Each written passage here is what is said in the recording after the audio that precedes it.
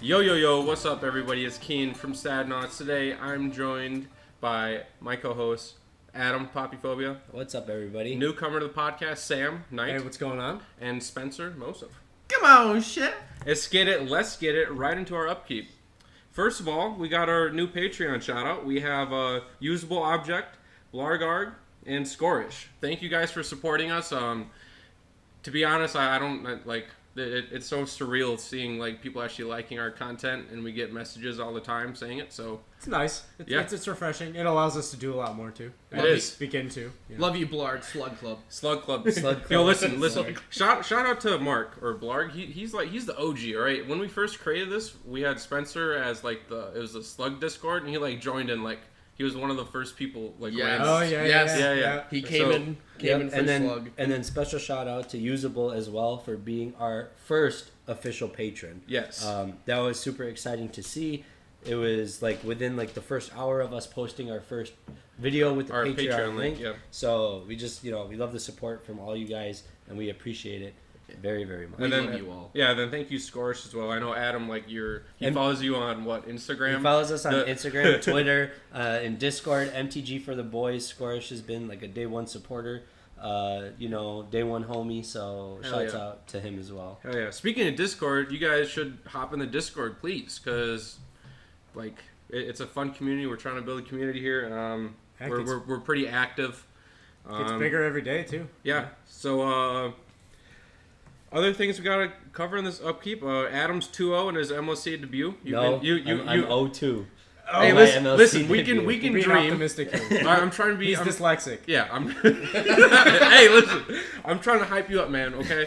All right. You've been bullied and harassed in MLC. I have been bullied and harassed. This last game that we just played this weekend, I was bullied into submission by the great sick robot. Yeah. He had his way with me. And won fair and square, viciously. But yes, it was a very vocal match. Yeah. Speaking of Adam, he's going to Punt City. I know multiple people have said like, "Hey, you guys going to Punt City?" Well, Adam is, so he'll be our guy up there. Oktoberfest is going to be in November, sadly. Like, why isn't it in October? Well, stupid Monarch Media. No, not stupid Monarch. Stupid Monarch Media. No, Oktoberfest got moved to November because unfortunately. Wizards of the Coast likes to announce 30th anniversary events like 2 months before they happen, apparently. This is a Wizards event, right? Is it like Naya November or something? Naya November. It's kind of how birthdays go, late 20s. It's not Naya November. You're like, yeah. Just like tonight, you're like, hey, it's my birthday, let's do something. Everyone's like, what? It's your birthday? What? Yeah, so instead it'll be called November-Oktoberfest. No, that doesn't have the same... That has nowhere near the same. Or same. Thanksgiving. Okay. But is it though? Okay. I'll sell you guys the 9 November. Like I just made it up. Hit me up. The magic puzzle.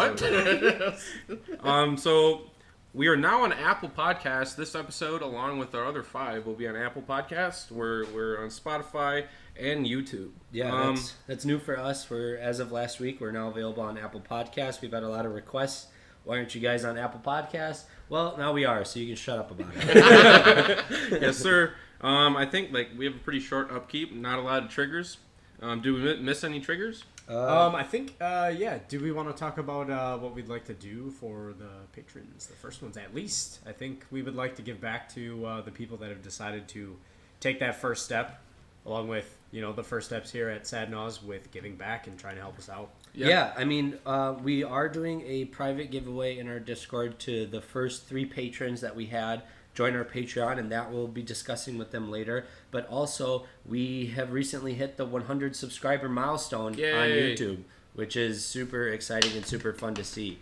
So I think what we're going to do in regards to that is we're going to do a giveaway to any of our subscribers that join the Discord. Double Masters. Yep. Well, It'll figure it out, but it'll probably. It's a real hype set, man. It's a good prize right there. So we're gonna do a giveaway. So if you want to be entered in that, it's probably gonna be in the next 2 weeks here. So if you join the Discord in the next 2 weeks, we're gonna announce what it's gonna be next week in the Discord. And if you'd like to be a part of that, drop down in the link below. join the Discord, and we'll have some news being posted there shortly. The only requirements is you have to cast Ad Naus on 40 and lose the game. So I think I just take all the packs, everyone can right? be you, kid. I just Not take all the everyone can packs. be you. I just win. And you have to be sub to us on YouTube and follow us on Spotify to be eligible for giveaway. I know Sadnaw's team members can't win these prizes. No, they No, cannot. no, Oh, they only- cannot. yeah. It's for the homies, it- not the Not the the real inner homies. Yeah, not these. It's the new losers. homies. Not the new home. Not the IRL homies. The other homies. So yeah. So on to our topic of discussion for this evening. Yeah. June's DDB update and analysis. Adam, I know you've been you've been pacing around the house. Yo, when's the DDB update dropping? If you guys don't know, this is the COVID episode. Okay, a lot of the Sad Naus boys post-COVID episode. A lot of the Sad Naus boys got bovid. So we've been In quarantine. in our together quarantine. having a sleepover. Yep, it's been That's why it's been a while. yeah. Well, to them it hasn't been a while. For us, it's been a long week It has of been a long quarantine and just waiting for this episode to But come a out. couple snuggles makes the COVID go away. Yeah, I just gotta wash the sheets now. Oh no! So for those of you that don't know, the decklist database, the kind of holy grail of cEDH, it's where the 100 most popular decks in cEDH kind of reside. It's where people can post or submit lists to the database, and they get approved by a special holy panel of cEDH players and deck Emphasis on reviewers. special. Yep.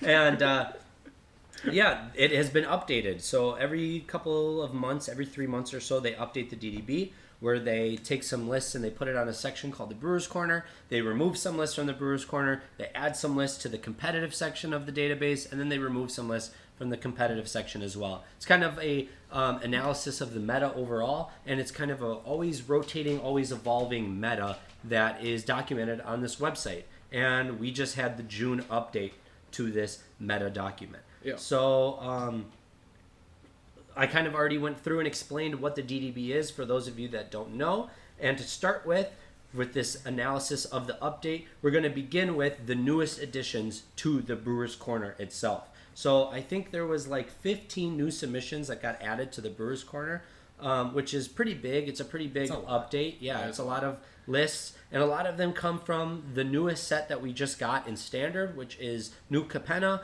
A lot of them are old commanders that have new or fresh ideas, and so we're going to go over these and kind of give our thoughts and opinions on what these lists kind of entail for the meta itself, how we think they perform, or how we think they're going to hold up to the already existing meta that exists. Mm-hmm. So to start with, Cormella is the first new addition to the database. It has 3 additions that were added to the Brewer's Corner. Cormella is a new commander from New Capenna, and she's a new addition to the Grixis Mean Girls. Kian, you got a lot of experience with the Grixis Mean Girls. You're kind of a Grixis girl for life. You are Oh, yeah. Grixis. I'm a Grixis. And she plays as such as well. She's got 3 Turbo Naus lists getting added to the Brewer's Corner.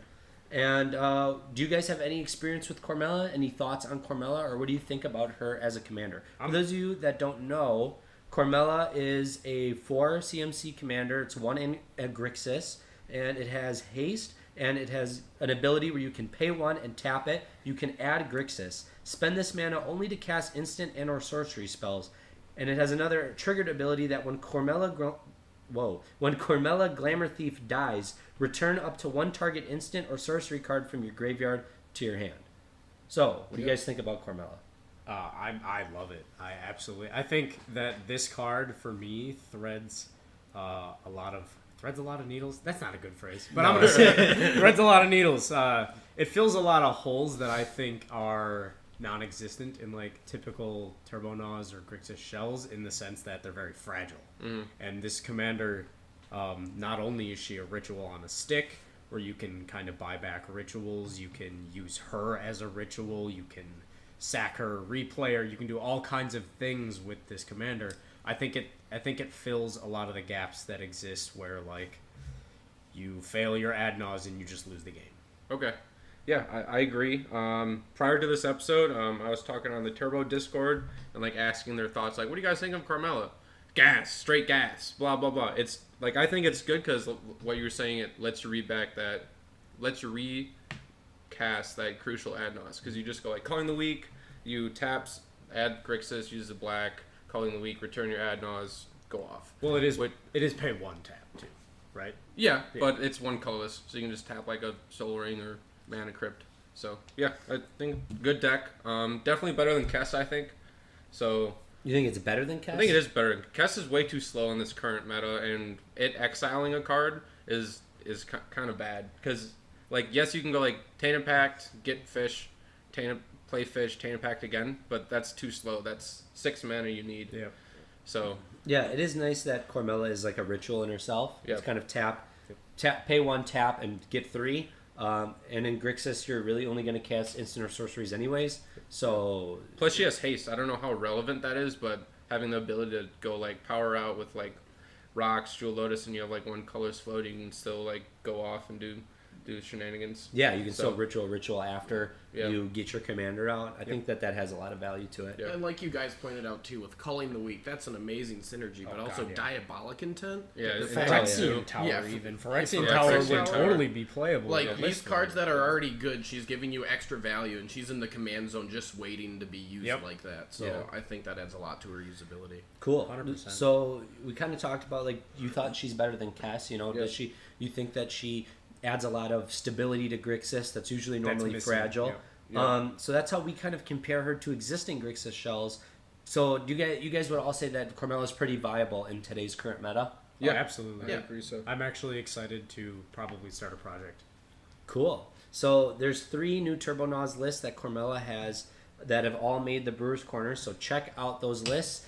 Remember to leave some feedback on those lists as well, because those determine which decks actually make it onto the database itself. So I'm assuming that the next time we do an update episode, we're going to see a Cormella list make the database. Oh, for sure. Next up, another deck that got added to the Brewer's Corner is Dargo Ikra Razakets. It's a Turbo Naus deck, and it's the only Dargo list to make the database this cycle. Sadly. And it's Dargo Ikra. So Dargo has been making a lot of waves recently as a huge advantage out of the command zone in like the cEDH scene. On Twitter, I know Nathan from the Hermit Druid is like Listen. Dargoed up right now. Yeah. All right, so we met Nathan at Command Fest Richmond, and so we went out to eat with like a group, and he was there, and I was like, "Yo, Rog's been eating a bag of dicks. Okay, this deck sucks." And he was like, sat me down. Had to be 20 minutes. He gave me the prophecy of Dargo. Okay, and I was sold. I was like, bet. This deck seems gas, and then he played it. Man went like Dargo turn 1, sacrifice Peer in the Abyss. Turn 1, I'm like what? And then the second game, he's like, all right, Dargo, a bunch of other Tymna crap, and then he just played the Tymna game. Like, how can you turbo out something turn 1 and then have the ability to play the Tymna game? This isn't Blue Farm. What the? I was saying, that sounds like Blue Farm. You're not playing Blue Farm, bro. It's better than Crom. It's a 7/5 with trample. Yeah. Bam. As far as a body, yeah. That's 3 turns. Yeah. That's 3 turns. He'll He's dead. slide you, dude. Yeah. Yeah, Dargo is a Beat your huge shit in. advantage out of the command zone. Yes. And he can utilize the turbo strategy extremely well, and this list in particular can do it extremely well Yeah. because it's an extremely fast Sans Blue turbo list. We're not saying this list is bad, because like Adam and I were looking at the list. Like it's actually pretty good. Yeah, Like- I mean, with our experience with Dargo is very, how can I say this? It's very resilient. Like, it's not just like, oh, I'm gonna go all out turn 1, and if I don't get there, I'm done. Like, I just sit and diddle and do nothing. It's very resilient. Dargo himself is like a 7/7 beater 7/5. or 7/5 7/5, beater. yeah. So like 3 turns with That's a Dargo big on board, boy. Yeah. and you're fucking out of the game anyways. Yeah. Yeah. So it's a very resilient deck. There is a little bit of controversy surrounding this deck, though. So from what I know from talking with Nathan, the Dargo Discord had submitted a ton of lists to the database this time around. I think 3 in total, kind of as collaborative primers. Mm-hmm. They all worked together on these 3 lists very intensely and submitted them all at once. And not a single list from what the Discord submitted actually got accepted to the database. So from my knowledge, this list is actually it's an accepted list to the Brewer's Corner, and it was a reviewer on the database. It's their list in particular. So it's something that we can kind of bring up later, because we're going to kind of talk about our thoughts and ideas on the database itself, how the review process works, Yeah. and how everything kind of gets muddled up. Oh yeah, during we that got review process. thoughts about the database, baby. We got thoughts. Yeah, let's not get into that right now, though. But yeah. I bet the reviewer was like, "Yo, this deck looks hot. Yeet." No, it's mine. No one will Yoink know my about it. list. Look at this, So guys. I yeah, created it's this myself. definitely something to discuss. But this is also like another very viable list, I think, that got added to the database. Yeah. Although I do not think that this is the best Dargo list that we've played. No, definitely. I think Timna Dargo. I agree. I think Timna's just better. Well, Timna Dargo, that whole Mad Farm strategy, that like that white, black, red. What is that? Mardu. Called? Yeah, Mardu Yeah. color strategy. Twilight back in the day. Twilight, yeah. I think it really suits like the turbo strategy the best. Yeah. I think Grixis and Mardu kind of do it better than anybody else. Yep, I agree. So I'm interested to see how Dargo decks kind of develop in the future. Dargo Depths, baby legacy. Let's see it. It sounds like a card. I'm not kidding. It sounds like a magic card. But do you guys have any other thoughts on Dargo Ikra? Anything else you'd like to add? Or I mean, I also like the ability of like just having, I don't know, I just like the ability to have like a huge beater in the command zone. With, Oh, yeah, like, well, you play in Crom. a Timna, yeah. Well, I wouldn't call Crom a huge beater. Most of the time, you're trying to draw more I cards. like having a huge beater. But in yeah, the I bet you do. oh yeah, Tox roll. Okay. But like to have like a Timna to fall back on, like, and he has trample too, right? So this you're, one so is you're gonna right. connect. This one isn't exactly the Timna variant. This one's the Ikra variant. Oh, So okay. All right. you have a big butt to go with your big beater. Yeah. So it's I mean, not you gained bad. 5. Seems. I'm a fan of Dargo. I'm not really sure that I necessarily am on board with what Ikra brings to the table in I really agree. any lists. Yeah. Yeah, And it's I nothing agree. against, like, you know, obviously the people that like her, brewer or whatever. It's a Her. Personal thing. I think it's a It's snake. wrong It's a here. snake But I female. think- She's I got big think- boobs on her. I mean, hey. She's got snake mommy Oh. milkers. So I just don't think that she's all that powerful, but like to find a deck that can really utilize or abuse her or just have the color combination that goes well with the Dargo like strategy, I think is pretty cool. Yeah. Dargo's strong. Dargo. No, for sure. Dargo go bonk. Another new commander from New Capenna that also has 3 new entries to the DDB and is another addition to the Grixis Mean Girls. Man, it Waifus. sounds like deja vu in here. Deja vu. It's almost like is- Grixis is like the best color combination in CEDH. Oh my It's gosh. feels like Evelyn the Covetous. So Evelyn is another Grixis commander, but this one is two mana and a Grixis, but it's a hybrid green black and a hybrid black Blue-black. red. Blue black. My bad. And Evelyn says, whenever Evelyn the Covetous or another vampire enters the battlefield under your control, exile the top card of each player's library with a collection counter on it. Once each turn, you may play a card from exile with a collection counter on it if it was exiled by an ability you controlled. And you may spend mana as though it were mana of any color to cast it, and she has flash. Yeah. So- that's the key part. Yeah. Flash. Nice vamp tutor. Evelyn is really Sick Adnos, bro. It's mine now. Evelyn is really cool because she utilizes World Gorger Dragon loops to best implement her game plan, but she can always default back to like a regular Grixis Naus strategy to pull out a win. What do you guys think about like kind of bringing back a World Gorger centric deck to the current meta? I'm all for it. I think it's good because you can have the World Gorger Dragon loops, but you're also playing Grixis. You can just play Grixis, Thoracle, Breach lines. Like you can You can have a nice backup strategy Yeah. that's pretty sound by itself. Yeah. Yeah. You don't need the commander to play Grixis. You just play good cards. I like that she kind of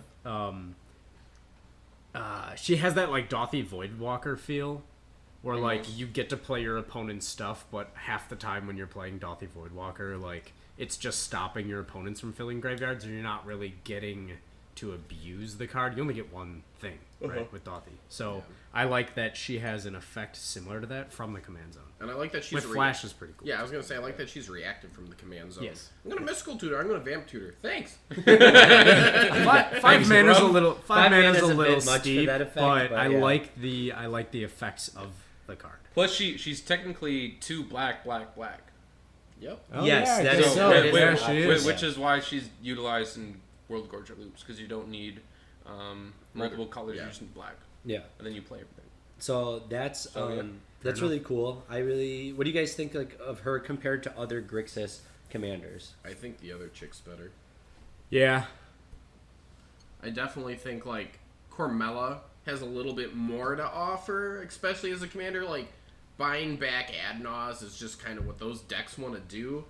Whereas like Evelyn, like you guys said, like sure she can be like 5 mana and it's 2 black, but I think Cormella's just better. I agree. What do you guys think in comparison to things like Silas Rog, Kess?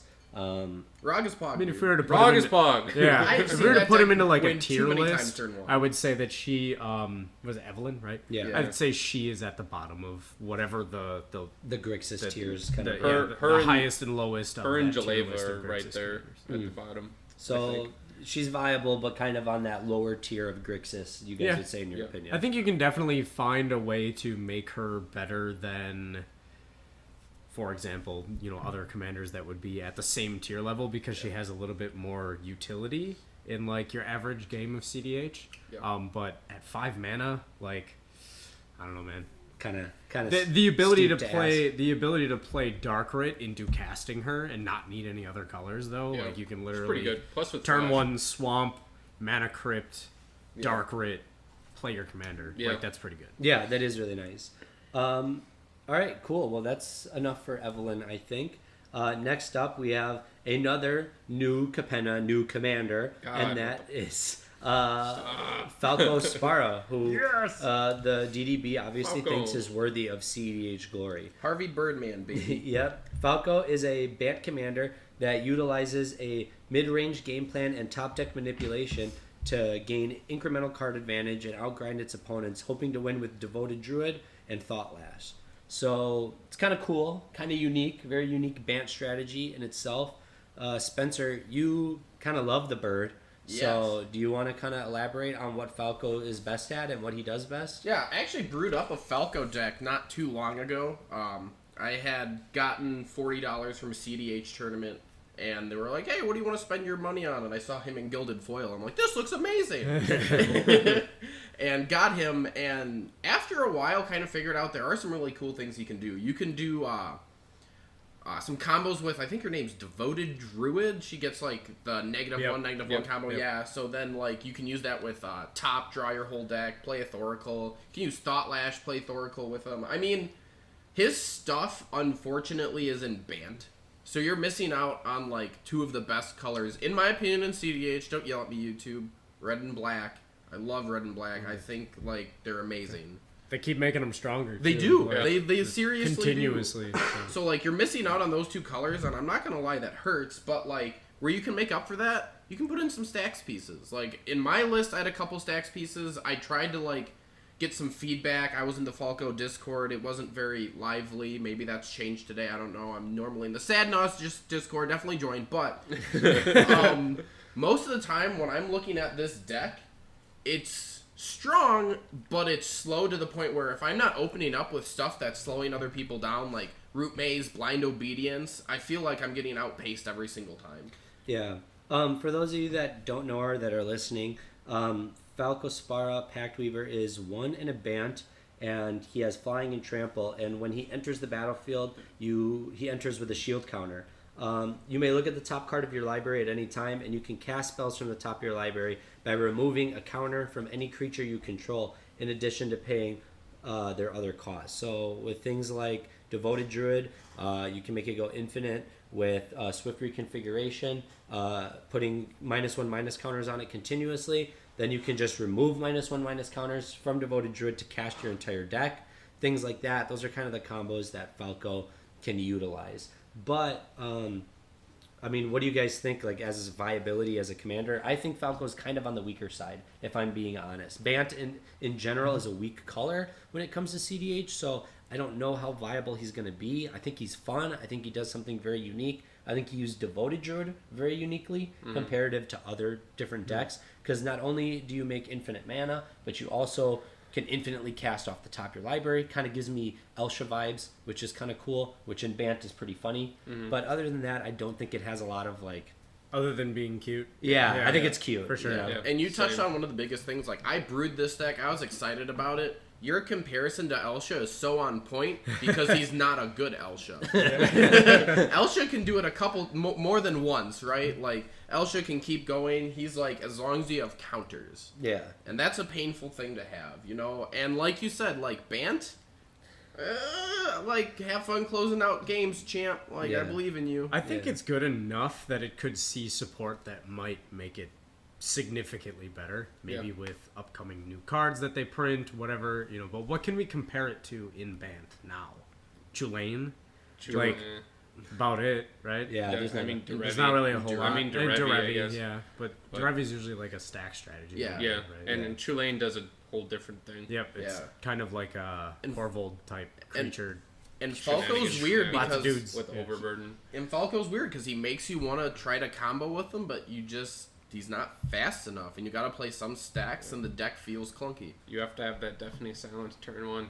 Dude, Otherwise, can you don't not? play the You game. can't Can do you definitely not? silence turn one because then you can't do like top loops and stuff. Yeah, you can't win with it. So Well, then you're undevoted, which you're on already.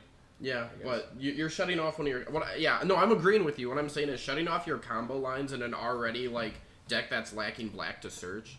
It hurts. yeah. I guess, yeah. That's fair. True. Yep, so that's our thoughts on Falco. Next up, believe it or not, is No. Get Rog No. Naus. Kevin, it's not a true deck. Stop. Yeah, It's so not. holy Fake news. Fake holy news. shit, call your grandpa, because Get Rog is back on the Brewers corner. Oh boy. We're not even. This isn't even live yet, but when this is, Teshu's going to be laughing at it. So this is kind of your typical Get Rog deck, but it's geared more towards an ad nauseum strategy. It's literally AJ's deck. It's a little different. It uses Razaketh lines along with Chain of Smog and Witherbloom Apprentice to pull out a win. Yeah. All right. I know us as a play group, we're kind of a little underwhelmed by how Get Rog performs in today's meta a little bit. Yeah. Just counter Frog. They can't win. Easy. Well, I mean, this one definitely doesn't need Frog to win, which is why I think it's a little more exciting than like your typical Get Rog deck. But I don't know how great. I mean, what's the color combo? Get Rog green, black. What is that called? Golgari. Just Golgari. Yeah. I don't know how great Golgari is in an Adnar strategy. It's Razaketh. I can see it doing something. That's kind of what like Old Stick Fingers does, but I think Old Stick Fingers kind of does Razaketh Yeah, better. it's like fine Razaketh on a stick. Yeah, GG. so it's a unique deck for sure. So do you guys think that like a Get Rog Naus deck changes your opinion at all in any way about how Get Rog hangs in the meta? No. I think Green wants to support the strategy that has already been traditional with Get Rog. Yeah, I don't think Green adds very much to ad Naus strategies. No, in my opinion. I think the Dread strategy is great. I think that like people have already. I know that it was once posted in like the hot take section of the Into the North Discord. Like Get Rog is a bad Naus deck, and I think that like holds true. Like it's not a very good Naus deck. No. It shouldn't even be considered a Naus deck. As far as I'm concerned, it's not. Yeah. It's not really, but a lot of guys will argue that it was like one of the original Naus decks. But personally, I just don't think that Golgari really suits a Naus strategy very well. I think Rog might be like the only viable shell for it because you can just deck more dredge your deck. Yeah. But it's still not like But that's not really an ad Naus strategy. You're just drawing a bunch of cards To and get finding Frog. your normal finding your combos, normal like, combo, you know. which a demonic tutor can get you there. Exactly. anyways. And the Witherbloom Chain of Smog strategy. So I played Legacy for a while. That combo is bad, okay? Because you have to empty your hand with copies, and on the last copy is when you actually get to start going off, right? Because people are going to wait. They're going to hold their counterspell till your hand is gone. And then once your hand is gone, that last one you try to copy, they're going to counter. And you're going to have no hand, and you're going to have your cute little apprentice sitting there ready to get his face smashed. Started off with a Veil of Summer. Yeah, no. Ooh, you could. You could, but, like, good players, you know, they'll probably see that coming up ahead. Yeah. Yep. So, opinions haven't really changed on Get Rog. Hopefully, we'll see this deck gain a little more traction. See if it can overthrow the already existing Get Rog deck, but I doubt Probably we'll see not. much movement. Next up, another new commander from New Capenna. Surprise Pikachu. Yeah. Jaxus is a new mono red Yes. commander from New Capenna. Jaxus is a pretty unique deck. It's pretty funny. As it looks to win with Mirror Welder by drawing its deck with a Staff of Domination and pinging the table with a good old Thornbite Staff. Yes, sir. It's pretty unique in how it wins, and to be honest, for mono red, this seems really, really fun to play. But we're kind of unsure of how viable of a strategy it can be. It's really complicated because you have to get a mirror welder in play. You can do that by kind of abusing Jaxus's ability. Then like Goblin Welder or Goblin Engineer. Yeah, Goblin stuff. Welder, get your Mirror Welder. Then kind of exile cards with Mirror Welder, specifically Staff of Domination. Then try to draw your deck. Yeah, like a Soul Ring, Mana Crypt you need. Yeah, and then kind of draw your deck, and then from the point of drawing your deck, exile a Thornbite Staff, and then continuously untap and tap the Mirror Welder as a Thornbite Staff and kill the table, which is really complicated and convoluted a little bit. It reminds me a lot of like Shimmer Mirror, like Zur kind of list. It reminds me of Duretti. Or Duretti, yeah. It reminds me of Duretti a little bit. It does. And I remember when that was a thing. Yeah, I do too. For those of you guys that are listening, Jaxus the Troublemaker is 3 in a red, and it has a activated ability. You can pay 1 red and tap it, discard a card, and create a token that's a copy of another creature you control. It gains haste, and when this creature dies, draw a card. Sacrifice it at the beginning of the next end step. Activate this ability only as a sorcery, and then you can blitz it for 1 and a red. Yeah. And it's another target creature, so you can't just copy your Jaxus. Yeah. I mean, it's cool. I think that this deck might see kind of similar play patterns to already existing mono-colored decks that sit at a table.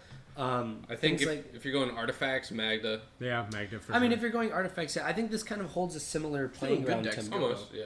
I think it holds like it's gonna hold like a similar leg to other monocolored decks in the fact that it's gonna get underrated at a table. People aren't gonna care what it does. People aren't gonna care how it wins. It's gonna sneak wins because of that, because they're gonna underestimate it as a monocolored deck. They're gonna see a Mirror Welder come into play and they'll be like, "This dude's playing casual." Like, what is a Mirror Welder gonna do? And then all of a sudden you dump your hand. And they go, "Hold on, let me read that." Let me read that. Ah, crap. Yeah. So I think that's kind of where it's going to shine. I don't think it's like super viable. I think it's one of those cute commanders that does a cute thing. I think Magda kind of did that too, in a sense where it just kind of surprised everyone and then kind of made its way through. What was that, Marchesa? What month was that? That was a few months ago that it went through Marchesa.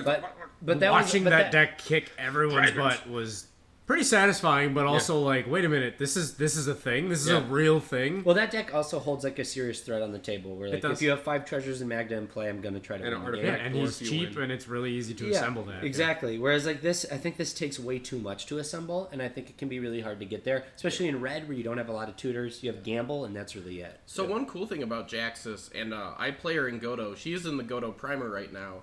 Is when you're looking at her, you're like, oh, she makes copies, but because the token draws when it dies, she is card filtering in the command zone. You can have any other creature on the battlefield, keep making a token, keep hitting the Naus player with it, and then have that token die and keep drawing and discarding cards. She is filtering, trying to get you there a little bit quicker. A lot of... I was in a game, I won't get too into depth with this, but I was in a Godo game, just had Jaxus out and a Magus of the Moon, and I just kept making copies of my Magus and hitting the Naus player, and then I just kept drawing cards off the token dying. And it just ended up getting me to my Godo combo and everything that I needed. That's why I think this card is good, but I don't think I like it as a commander. Yeah. I think I like it as a card, especially having Blitz. But I don't necessarily think that I see this very. No, the Blitz ability is beneficial because it basically gives Jaxus haste, which is really nice. And when she dies, you draw a card. Ability, so it's pretty important. Yeah, like you didn't go off, oh well, replace her and I'll try again next turn. Yeah, to play her from the command zone for 4, and then wait a turn to pay a red and then start using waiting her. For Jaxus. Waiting for Jaxus. So yeah, I think that it'll perform kind of similarly to other monocolored decks and how they historically would. But otherwise, I think it's a little too cute to really make it past this update. We'll see, though. I think it might get removed by the time we make the next update.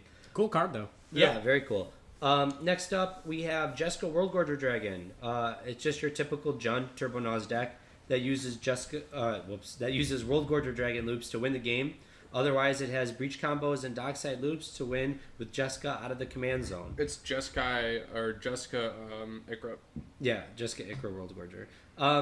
I think it seems like a pretty fun list. It's kind of a breath of fresh air to see a Turbo Naus deck that's not on the Thoracle plan. Amen. Having Jessica in the command zone allows you to do that. A lot of things. Worldgorger Dragon, you can just fucking flick all your your mana rocks, make infinite mana, and then Kill everybody with Jessica. kill everybody with Jessica. Like, it's pretty simple, pretty easy. I play Jessica Ishai. I like Jessica. I think Jessica's one of the strongest, probably the strongest monocolored partner that you can play with. Yep. No argument there. Yeah. Rog's pretty good. I mean, Rog isn't strong. I know you're mad at Rog right Rog- now. I Yeah. say Tevish is pretty Hey, strong. being a That was zero good. drop that allows you to have like an extra free rock is pretty But good. he's not strong. Yeah, he's not. I think Jessica. I think Strength is relative. Jessica He's being not- If able he had to. one power, he'd be so much Oh, better. he'd be so. Jessica being able to like ping down the table, ping down your opponent's hate bearers Hate or stacks pieces, creatures, yeah. like kind of leaves the door open for you to do a lot of things and implement your game plan. So I really like this list. I mean, it's Jund Turbo Naus, but it uses Worldgorger Dragon, but it can default back to Breach Loops. Yeah. Like, it's a cool deck. I think it does some cute stuff. I think it's just one of those decks that you use partner commanders. It's going to be good. It's going Right. to perform well. You know, your colors just get you Put there. put the 70% of cards that are good in this format in Yes. those colors into it, and you've got a basic shell. Yeah. So I don't. Insert added spice and Yeah. send it. I don't Bam. think that. Yeah, I don't think that there's a lot to discuss with that deck. So next up, Mimeoplasm Hermit Druid. Memeoplasm, I like it. I did not So catch that. This deck is certainly interesting to say the least. It's a classic Sultai Hermit Druid list without the spicy tech of playing Doomsday. Yep. Honestly, I don't really know how to feel about this deck. We as a play group aren't really high on Hermit Druid lists in the first place. Yeah, And we've covered this in some. I think we covered this on the last on the DDB lab episode with Yeah. Bad Frog. Yeah, Bad Frog. Bad frog. Yeah. So I don't think that this deck really moves the needle for us at all. But a man can dream and long live the meme. Because having Mimeoplasm as your commander is pretty funny. The idea is that you Hermit Druid your deck and you can kind of reanimate your Thoracle. Yep. So with the Mimeoplasm, which is cool, it's cute. I just don't think that that's like a viable strategy. I mean, like, cool, you're in good colors and you're in good colors for Hermit Druid, but Hermit Druid isn't that great in the first place, and I don't think that having the Mimeoplasm, which is like, how big of CMC is he? 5 CMC or is he greater? I think he's 6. He's 3. Yeah, I think Sultai. it's 3 and then bug. Or bug. Right? Yeah. So like, I don't think that 3 and bug. I don't think he makes it like good all of a sudden. No, he's 5 CMC, so it's Oh, 2 he's and 2 bug. and bug. Yeah. Okay. Yeah, so I don't think that the Mimeoplasm is like a viable strategy very much. I think it's cute. I think it's a fun deck, but like, I don't know. Personally, whenever I see somebody play the Mimeoplasm, I'm just like, this dude's gonna do nothing but counter spells all game and then do nothing else. I think without more support, Mimeoplasm's kind of peaked on a Yeah, number he of used to strategies be good. that are viable with him. And like, yeah, it used to be good, and then like good cards came out. So. Yep. Yeah. Breach came out and Nothing against Mimeoplasm, but I think he's more of a like a casual. No, I would agree. Definitely a like high tier style. casual. He's definitely Yeah, like oh an OG. yeah, for sure. He's Like definitely Maelstrom Wonder, you know, Yeah. you can just slam your whole deck on the table. Yeah. Right? He's Like, definitely an it doesn't OG. make it good, but it's fun. It's funny. He's definitely an OG staple of like Yep. Commander 100%. from people that have been playing for a long time. I just don't think that he's like, you can really hinge a strategy on him. Yeah. So next, 2 Najila stacks lists were also added to the Brewers Corner. I think Shocking. people are finally realizing, hey, if Najila can play so well through stacks, why not just play stacks ourselves? Yeah. Plus, you're in 5 colors, so you can kind of just do whatever you want. Really, You can kind of know? just do whatever the fuck you want. 5 color stacks, it's probably good. Kenrith is good. Najila's no different. Plus, like, Najila applies a clock, so it's just like pretty self-explanatory. Play stacks, please. Play Najila. Play hit you Derevi, for 4. yeah. Hit you for 6. Yeah. Hit you for. Hey, I'm all for it. I own like 20 Najilas. So play it by all means, Play it. please. I want to sell them, so Sam.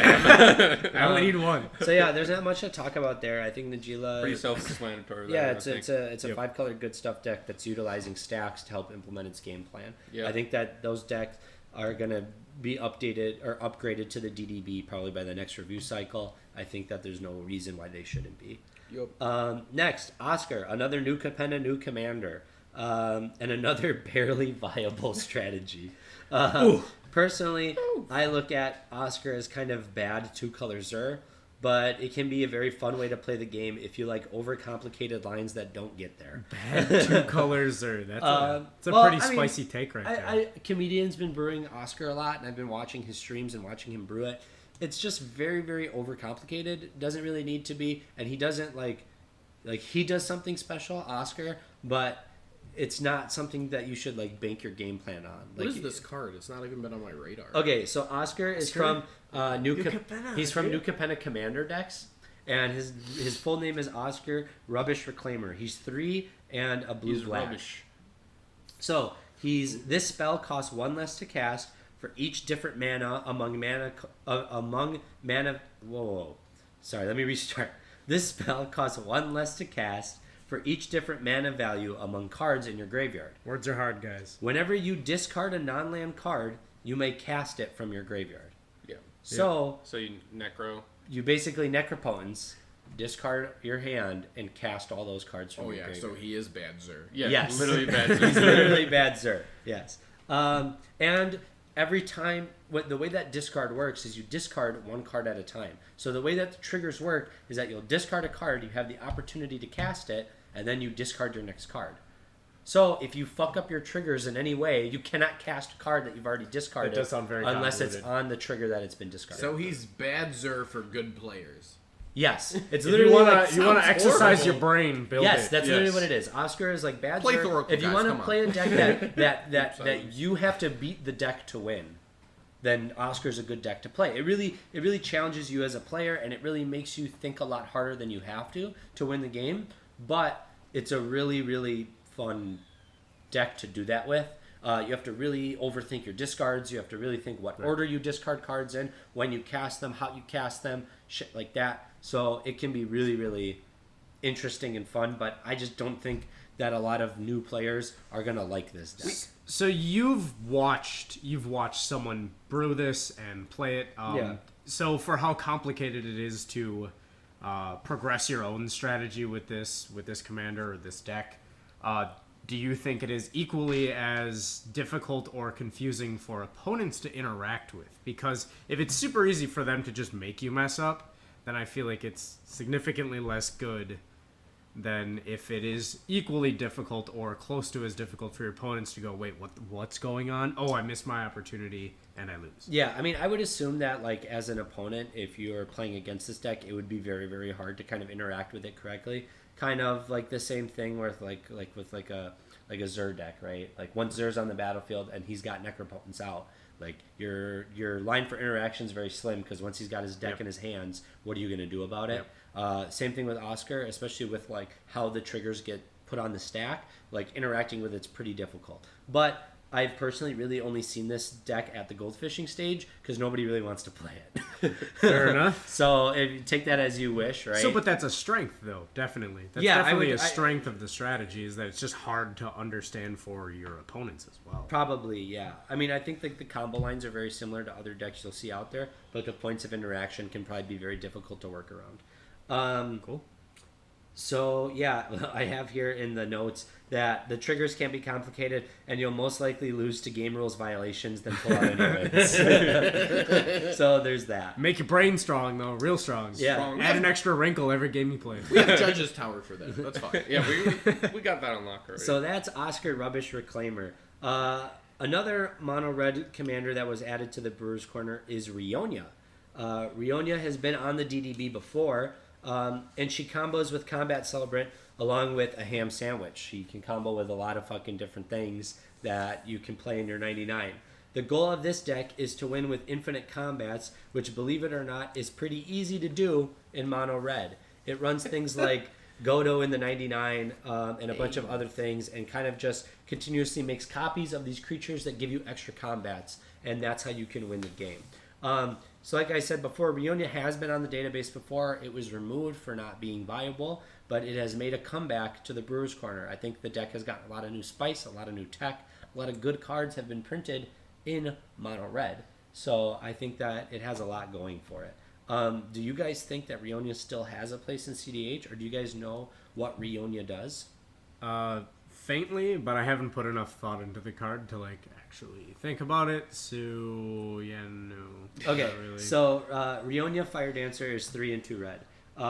At the beginning of each combat on your turn, you create X tokens that are copies of another creature you control, where X is 1 plus the number of instant and sorcery spells you've cast this turn.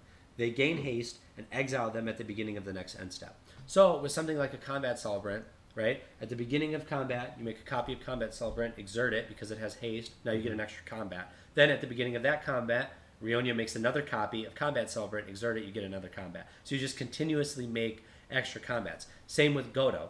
Godo is on the battlefield. Rionia makes a copy of Godo. At the beginning of combat, you make another combat. And then you continuously do that until you take infinite combats and win the game with infinite damage. So that's kind of how Rionia combos off.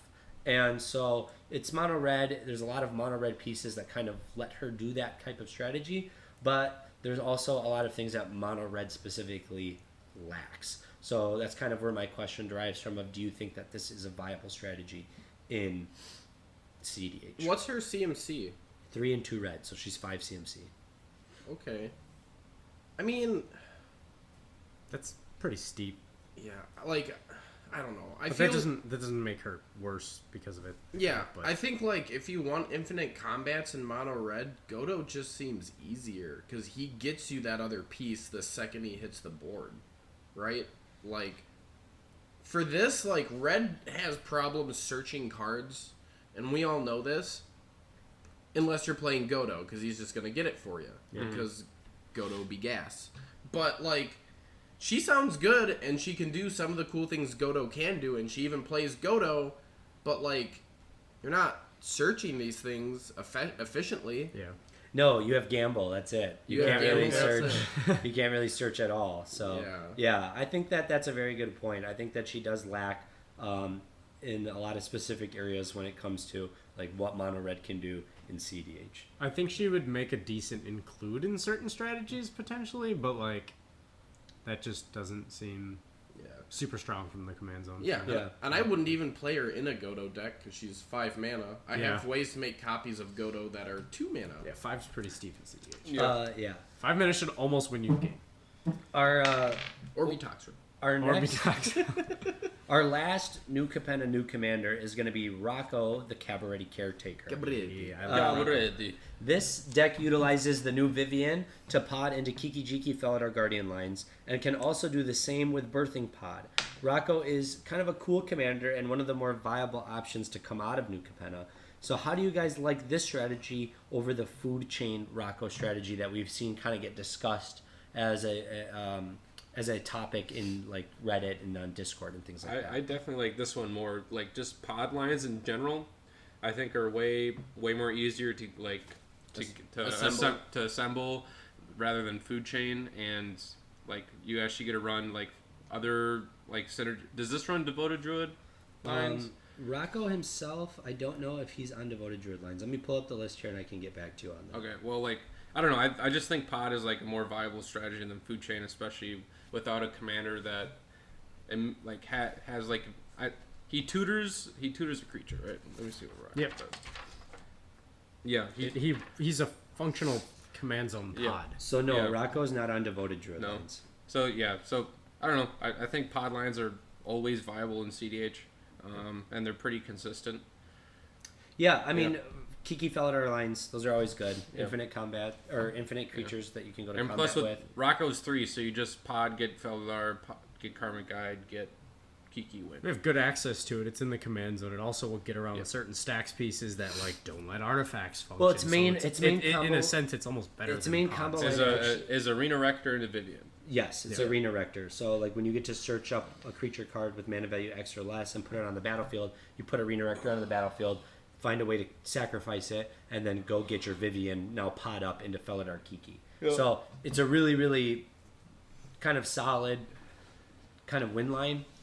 And I think that it's really cool that Rocco can search that creature up himself. Yeah. So, I think it's kind of viable. Do you guys, Spencer? Since when I saw this spoiled, I was super excited. And it's a common, isn't it? He's Uncommon, uncommon. which I thought was crazy. I thought it was crazy longest that it's an time. uncommon. The longest time, The card's really good. longest time his gilded foil was only like $2.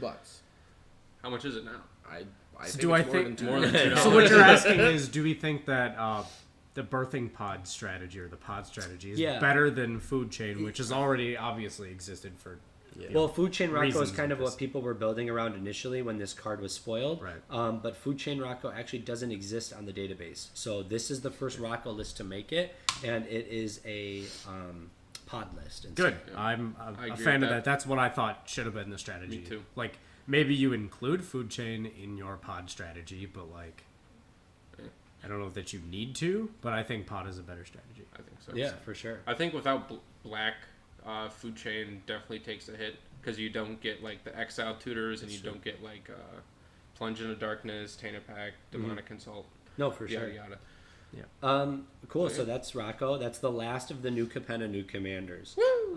Next up to make the Brewer's Corner is going to be Silas Quark. Oh. So Quark has won the heart of many over these last few months, including ours. I think we've switched our stance on Quark significantly as a play group.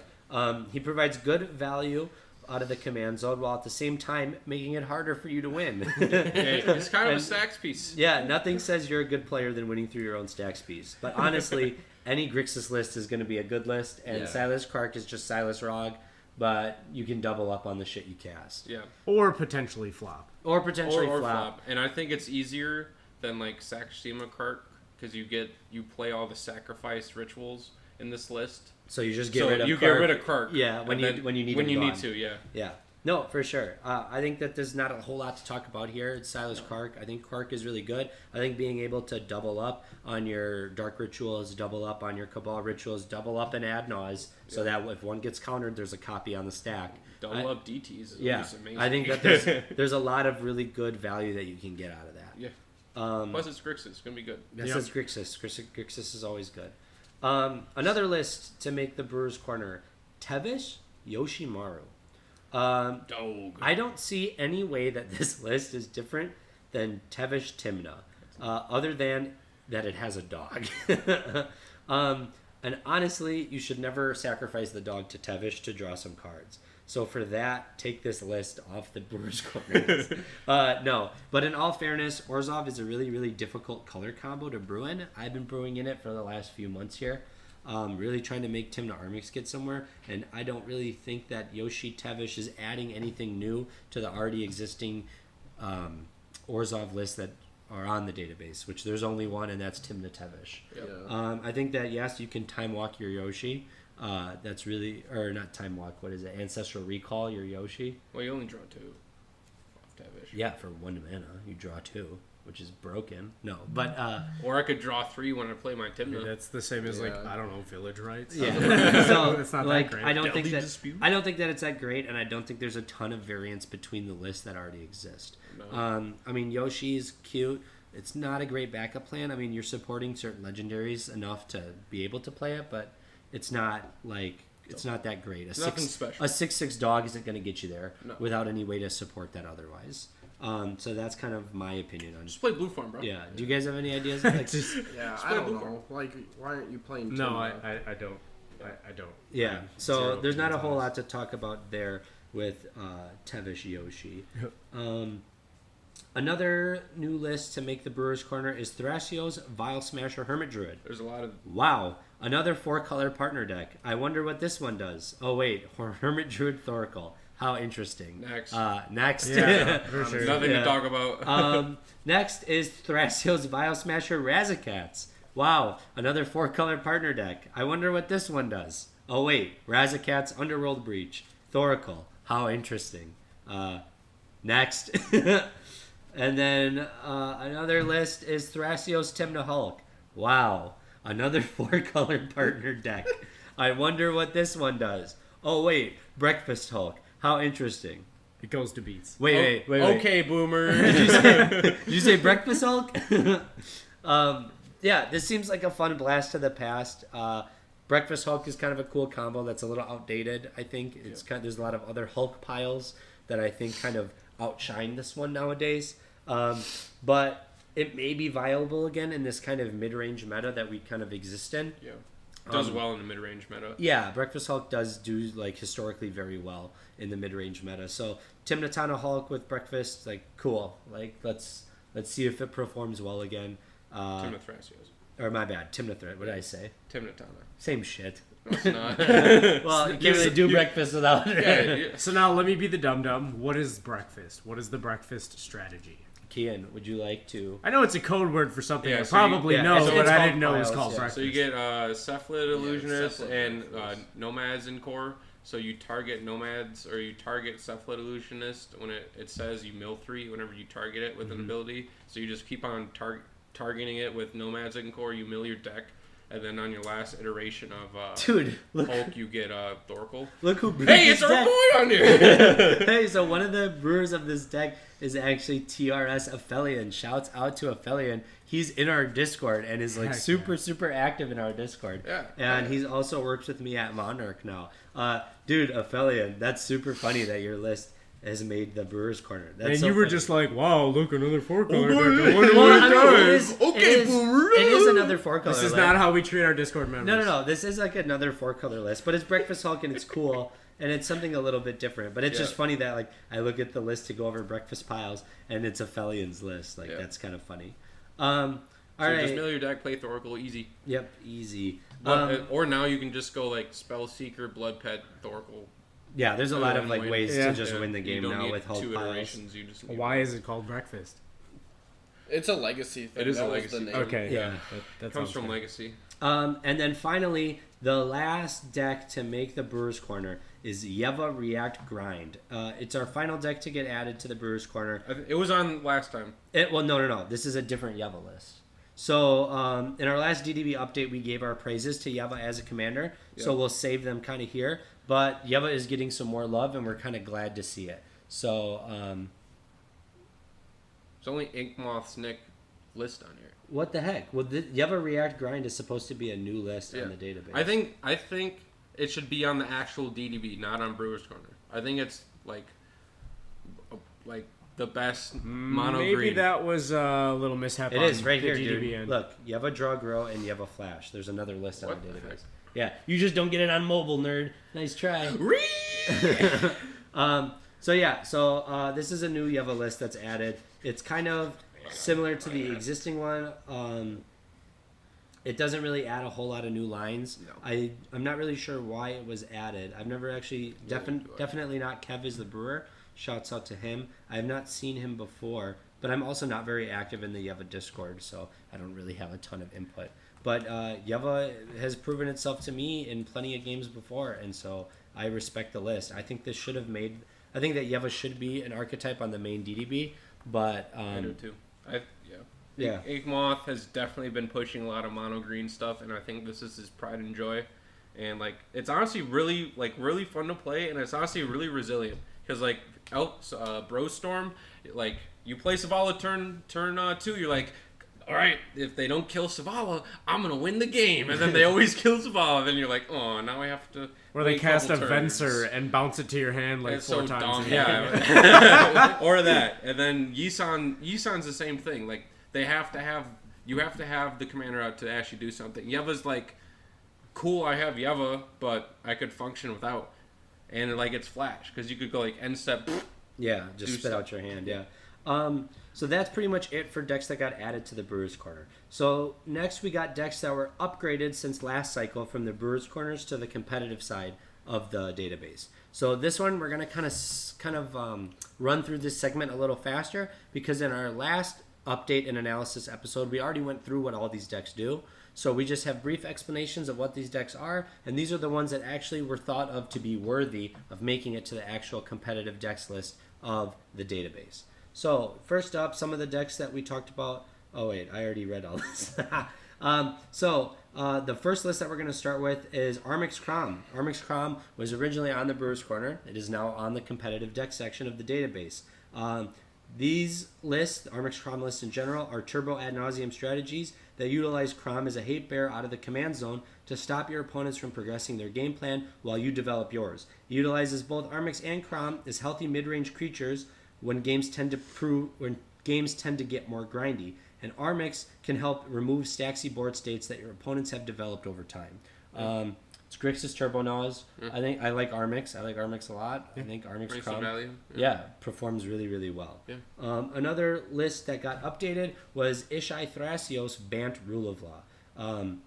This deck leans really hard into the Ishai game plan and tries to stacks out the table while Ishai incrementally grows larger. You utilize Thrasios for card advantage, and it carries a huge counterspell suite where the main goal is just to protect the bird and protect yourself from losing the game, until you ultimately beat down your opponents to their deaths with the bird.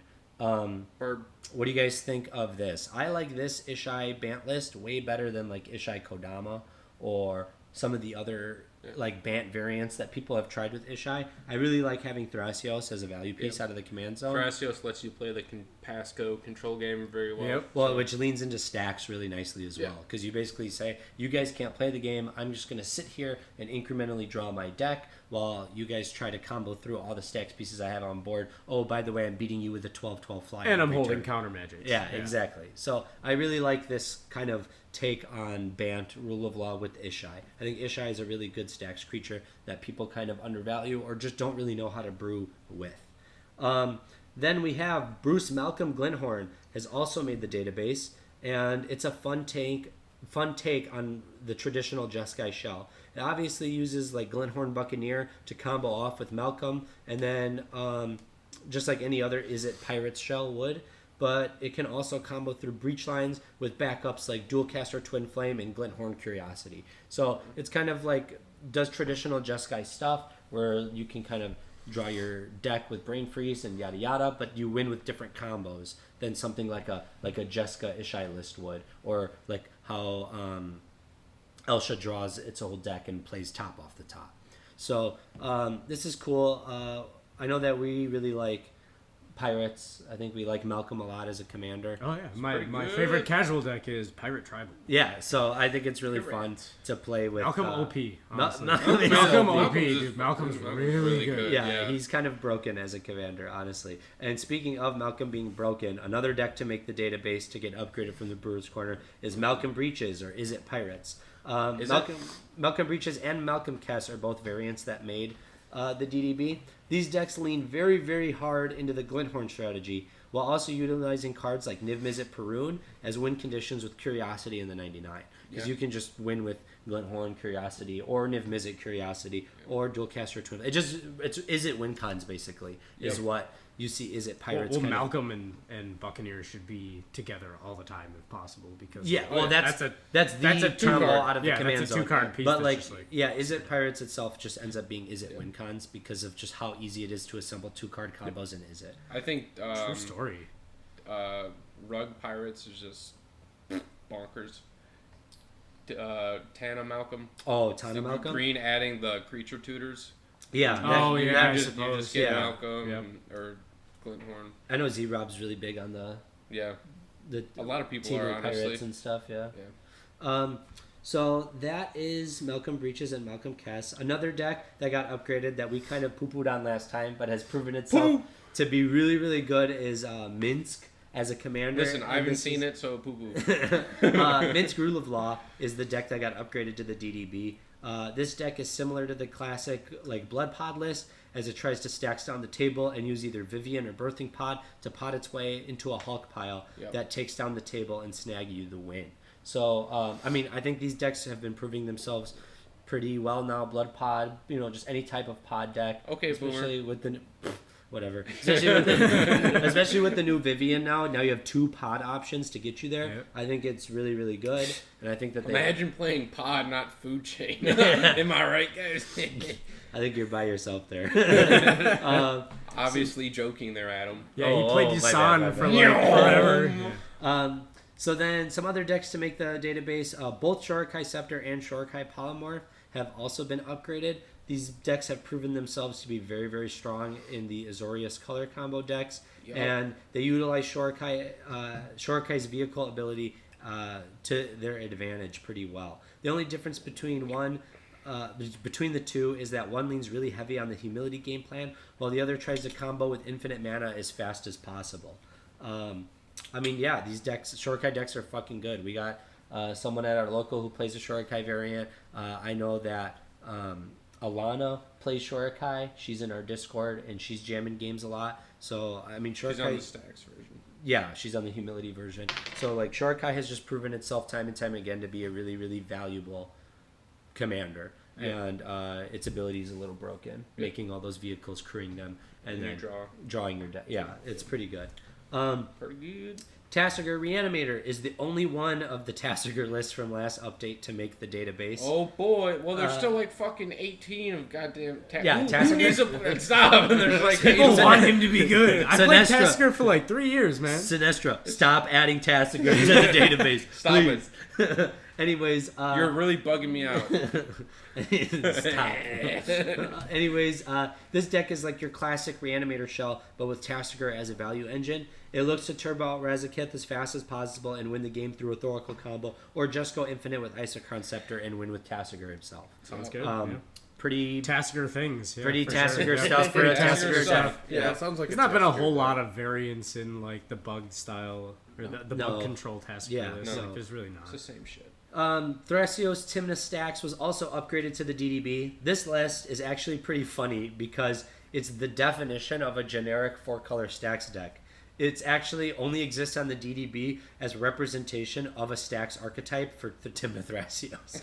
Like if you literally go to the DDB and you go to Timna Thrasios Stacks, it's literally just says like this list is only here because there needs to be representation of this list. If you have a better list to submit, please submit it and this will be removed. Like that's the primer of the list. Wow. There you go. Challenge for anyone listening. Make a better list. Make than a that. better list. I think this is Twice's list that exists on the database, and it's just funny that they put that there. Like here, I'll read it out loud so everybody can see. So Thrasios Timna Stacks, it says TNT Stacks. If I go to the primer, it's got 1,300 views, by the way. It literally says, this deck list exists, so the cEDH deck list database has some representation of the archetype. If you have a version you actually maintain, please submit it to the DDB here, and I'll ask to have this list removed. That is an open invitation right there. Yeah, so guys, go out and brew some Timna Thrasios Stacks decks because you'll get on the DDB immediately is what it sounds like. So Or will you? Well, you know, or will you? They have to look at it and go, well, you shouldn't be playing it. Yeah. It doesn't support Data Pact. We'll get to that, Key. Another deck to make the DDB is Thrasios Yoshimaru Evolution. Do the evolution. Yeah, this is a very, very cool Bant list to make the DDB. A lot of new Bant stuff we've been seeing. That's kind of the theme right now. Bant. There's a lot of Bant additions. This deck abuses the fact that its commander is 1 CMC, as it opens up very important Neoform and Pod lines that in Bant can easily assemble you a combo to win the game. Otherwise, it utilizes the best grind engine in the game, Thrasios, as card advantage in the longer stacks of your pods.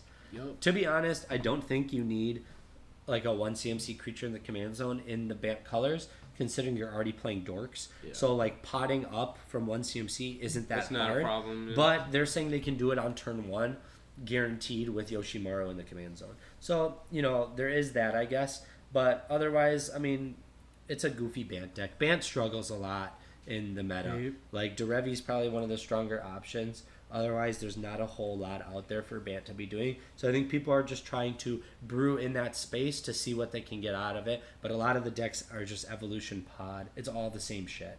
So unfortunately, you know, I mean, you could say the same thing about Grixis, though, too. you could. But It is the Grixis- same shit. It's the same The shell, only different dude. the only But it's different- the most fun. the only Yes. difference is that Grixis wins games. Yeah, So that's fair. there's that. They right? have Breach, Thorkel, and Black. I will say, though, of Bant strategies, the way that you specifically have talked about this last list and how it's presented and what you said about it specifically, it looks a lot better than a lot of them do on paper. Yeah, a lot of It really Bant lists does. kind of just diddle. They kind of just diddle and don't really get there. So I think that this one kind of has its game plan set. It knows what it wants to do, and it's going to try to implement that every game. So that's a good starting point for any list that's going to be At on least the to make it database. out of the DDB. Yeah, Even if it's not basically. one of the best decks, like it Yeah, has a it limit has a strategy and a Yep. reason for everything to be there. Exactly. And then finally, our last list to talk about that's been upgraded to the DDB is our boy, the Big Pig Yasharn. The pig is big and it's AIDS. Get it out of here. I scoop every time. I can't. You can't play. Player removal. You can't play the game. Play more removal. Doomblade No, kills I it. can't. Doomblade kills anything. Yeah, Doomblade kills it. How are you losing to this? card? Yeah, your creatures. Dies That's to just. Doomblade. You is- can't run the argument. It died to removal, bro. Yo, Yeah, it's a fucking creature. That's the It same. dies to So removal. This is the it's problem. literally written in stone. Okay? This is If the it dies problem. to Doomblade. Hey, This is the can beat it. problem. Yeah. It dies to removal, but every time you cast Yasharn, it gets you the 2 lands you Yeah, need. to play Yeah, Yasharn yeah, again.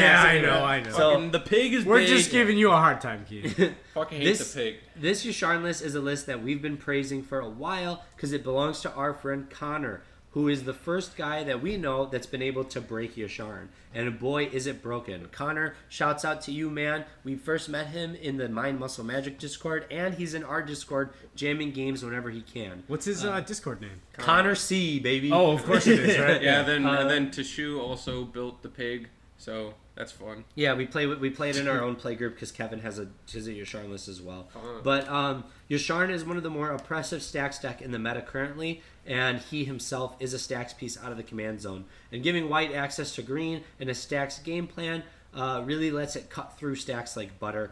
I think we can all agree Yasharn is fucking gas. Well, he's a pretty The good. pig He's a pretty good stacks piece is out of the big. command zone. Like, Yeah. Yeah, and he's a 4/4 for he's a 4 thick that boy. does that shit. He's a thick boy. He is Yes. a big. The pig is big. Yeah. And then Oh finally, yeah, I see. Okay. Pig Yeah. big. so that's it for decks that have been upgraded from the Brewer's Corner to the database. Now for reinstated lists to the database. So We these are no longer waiting for Godo. He has arrived. So Godo, as you guys remember from our last episode, was originally removed from the database last cycle because it had not been updated frequently enough. For some reason, they thought, let's take out one of the most popular cEDH deck in cEDH general. decks like- in existence. Yeah. So they took it off the database. And, well, guess what? He's back, baby, because you can't get rid of Yeah. Godo. Yeah. It's unbelievably good. Yeah, and it's just kind of surprising to see that that's where they took the stance on, was with Godo. I guess they tried to make an example out of our boy, but you can't They kill can't- Godo. You can't massacre our boy. No, you can't can't- massacre you can't our boy. massacre our boy. So Godo has been reinstated back to the DDB. We can all rejoice. So before we move on to the next section, Kian, Yeah, you've been talking a lot. I'll take the reins back, sir. I think that you have a segment you'd like to start. Oh, I do? I don't know, do you? Yeah, all right. My segment, boys, the flavor text of the week, okay? This is, all right, no, I'll give it to you first. The fine print is illegible scribbles, but it's legally binding. Dockside Extortionist, it's the new one. Fuck! Yeah, thanks. Somebody's been reading up. Yeah, okay. Fuck you, Spencer. No hesitation. His mouth was already forming the All right, words. all right. Yeah, my Before you turn. I'm finish. gonna do one. Time is money. I already said I'm gonna do one. But Time is money. Smothering Tithe. no. That definitely sounds like it would be smothering tithe, though. Time is money. I don't know this one. I made it up. Oh wow. Yeah, alright, I'm gonna do one. All right, Keen's messing with all of us now. Yeah. Alright. God, I We knew have it. been roasting I had, you pretty good this time around. Though. Not really. A little bit. Here and there. Here, that's fine. Yeah, yours that was I had a feeling you've been like looking at all this shit. I should have picked. I should have picked some one from Visions like I was going to. I do think that is funny. Well, that was No one else would have gotten it because no one else looks at the new Dockside art, and it's specific to the box top. I read the flavor text of every set. Shut up, you flavor text enjoyer. Who the fuck? By the way, you can also be a flavor text enjoyer. Yeah, subscribe to our Patreon, and you can also be a flavor text enjoyer.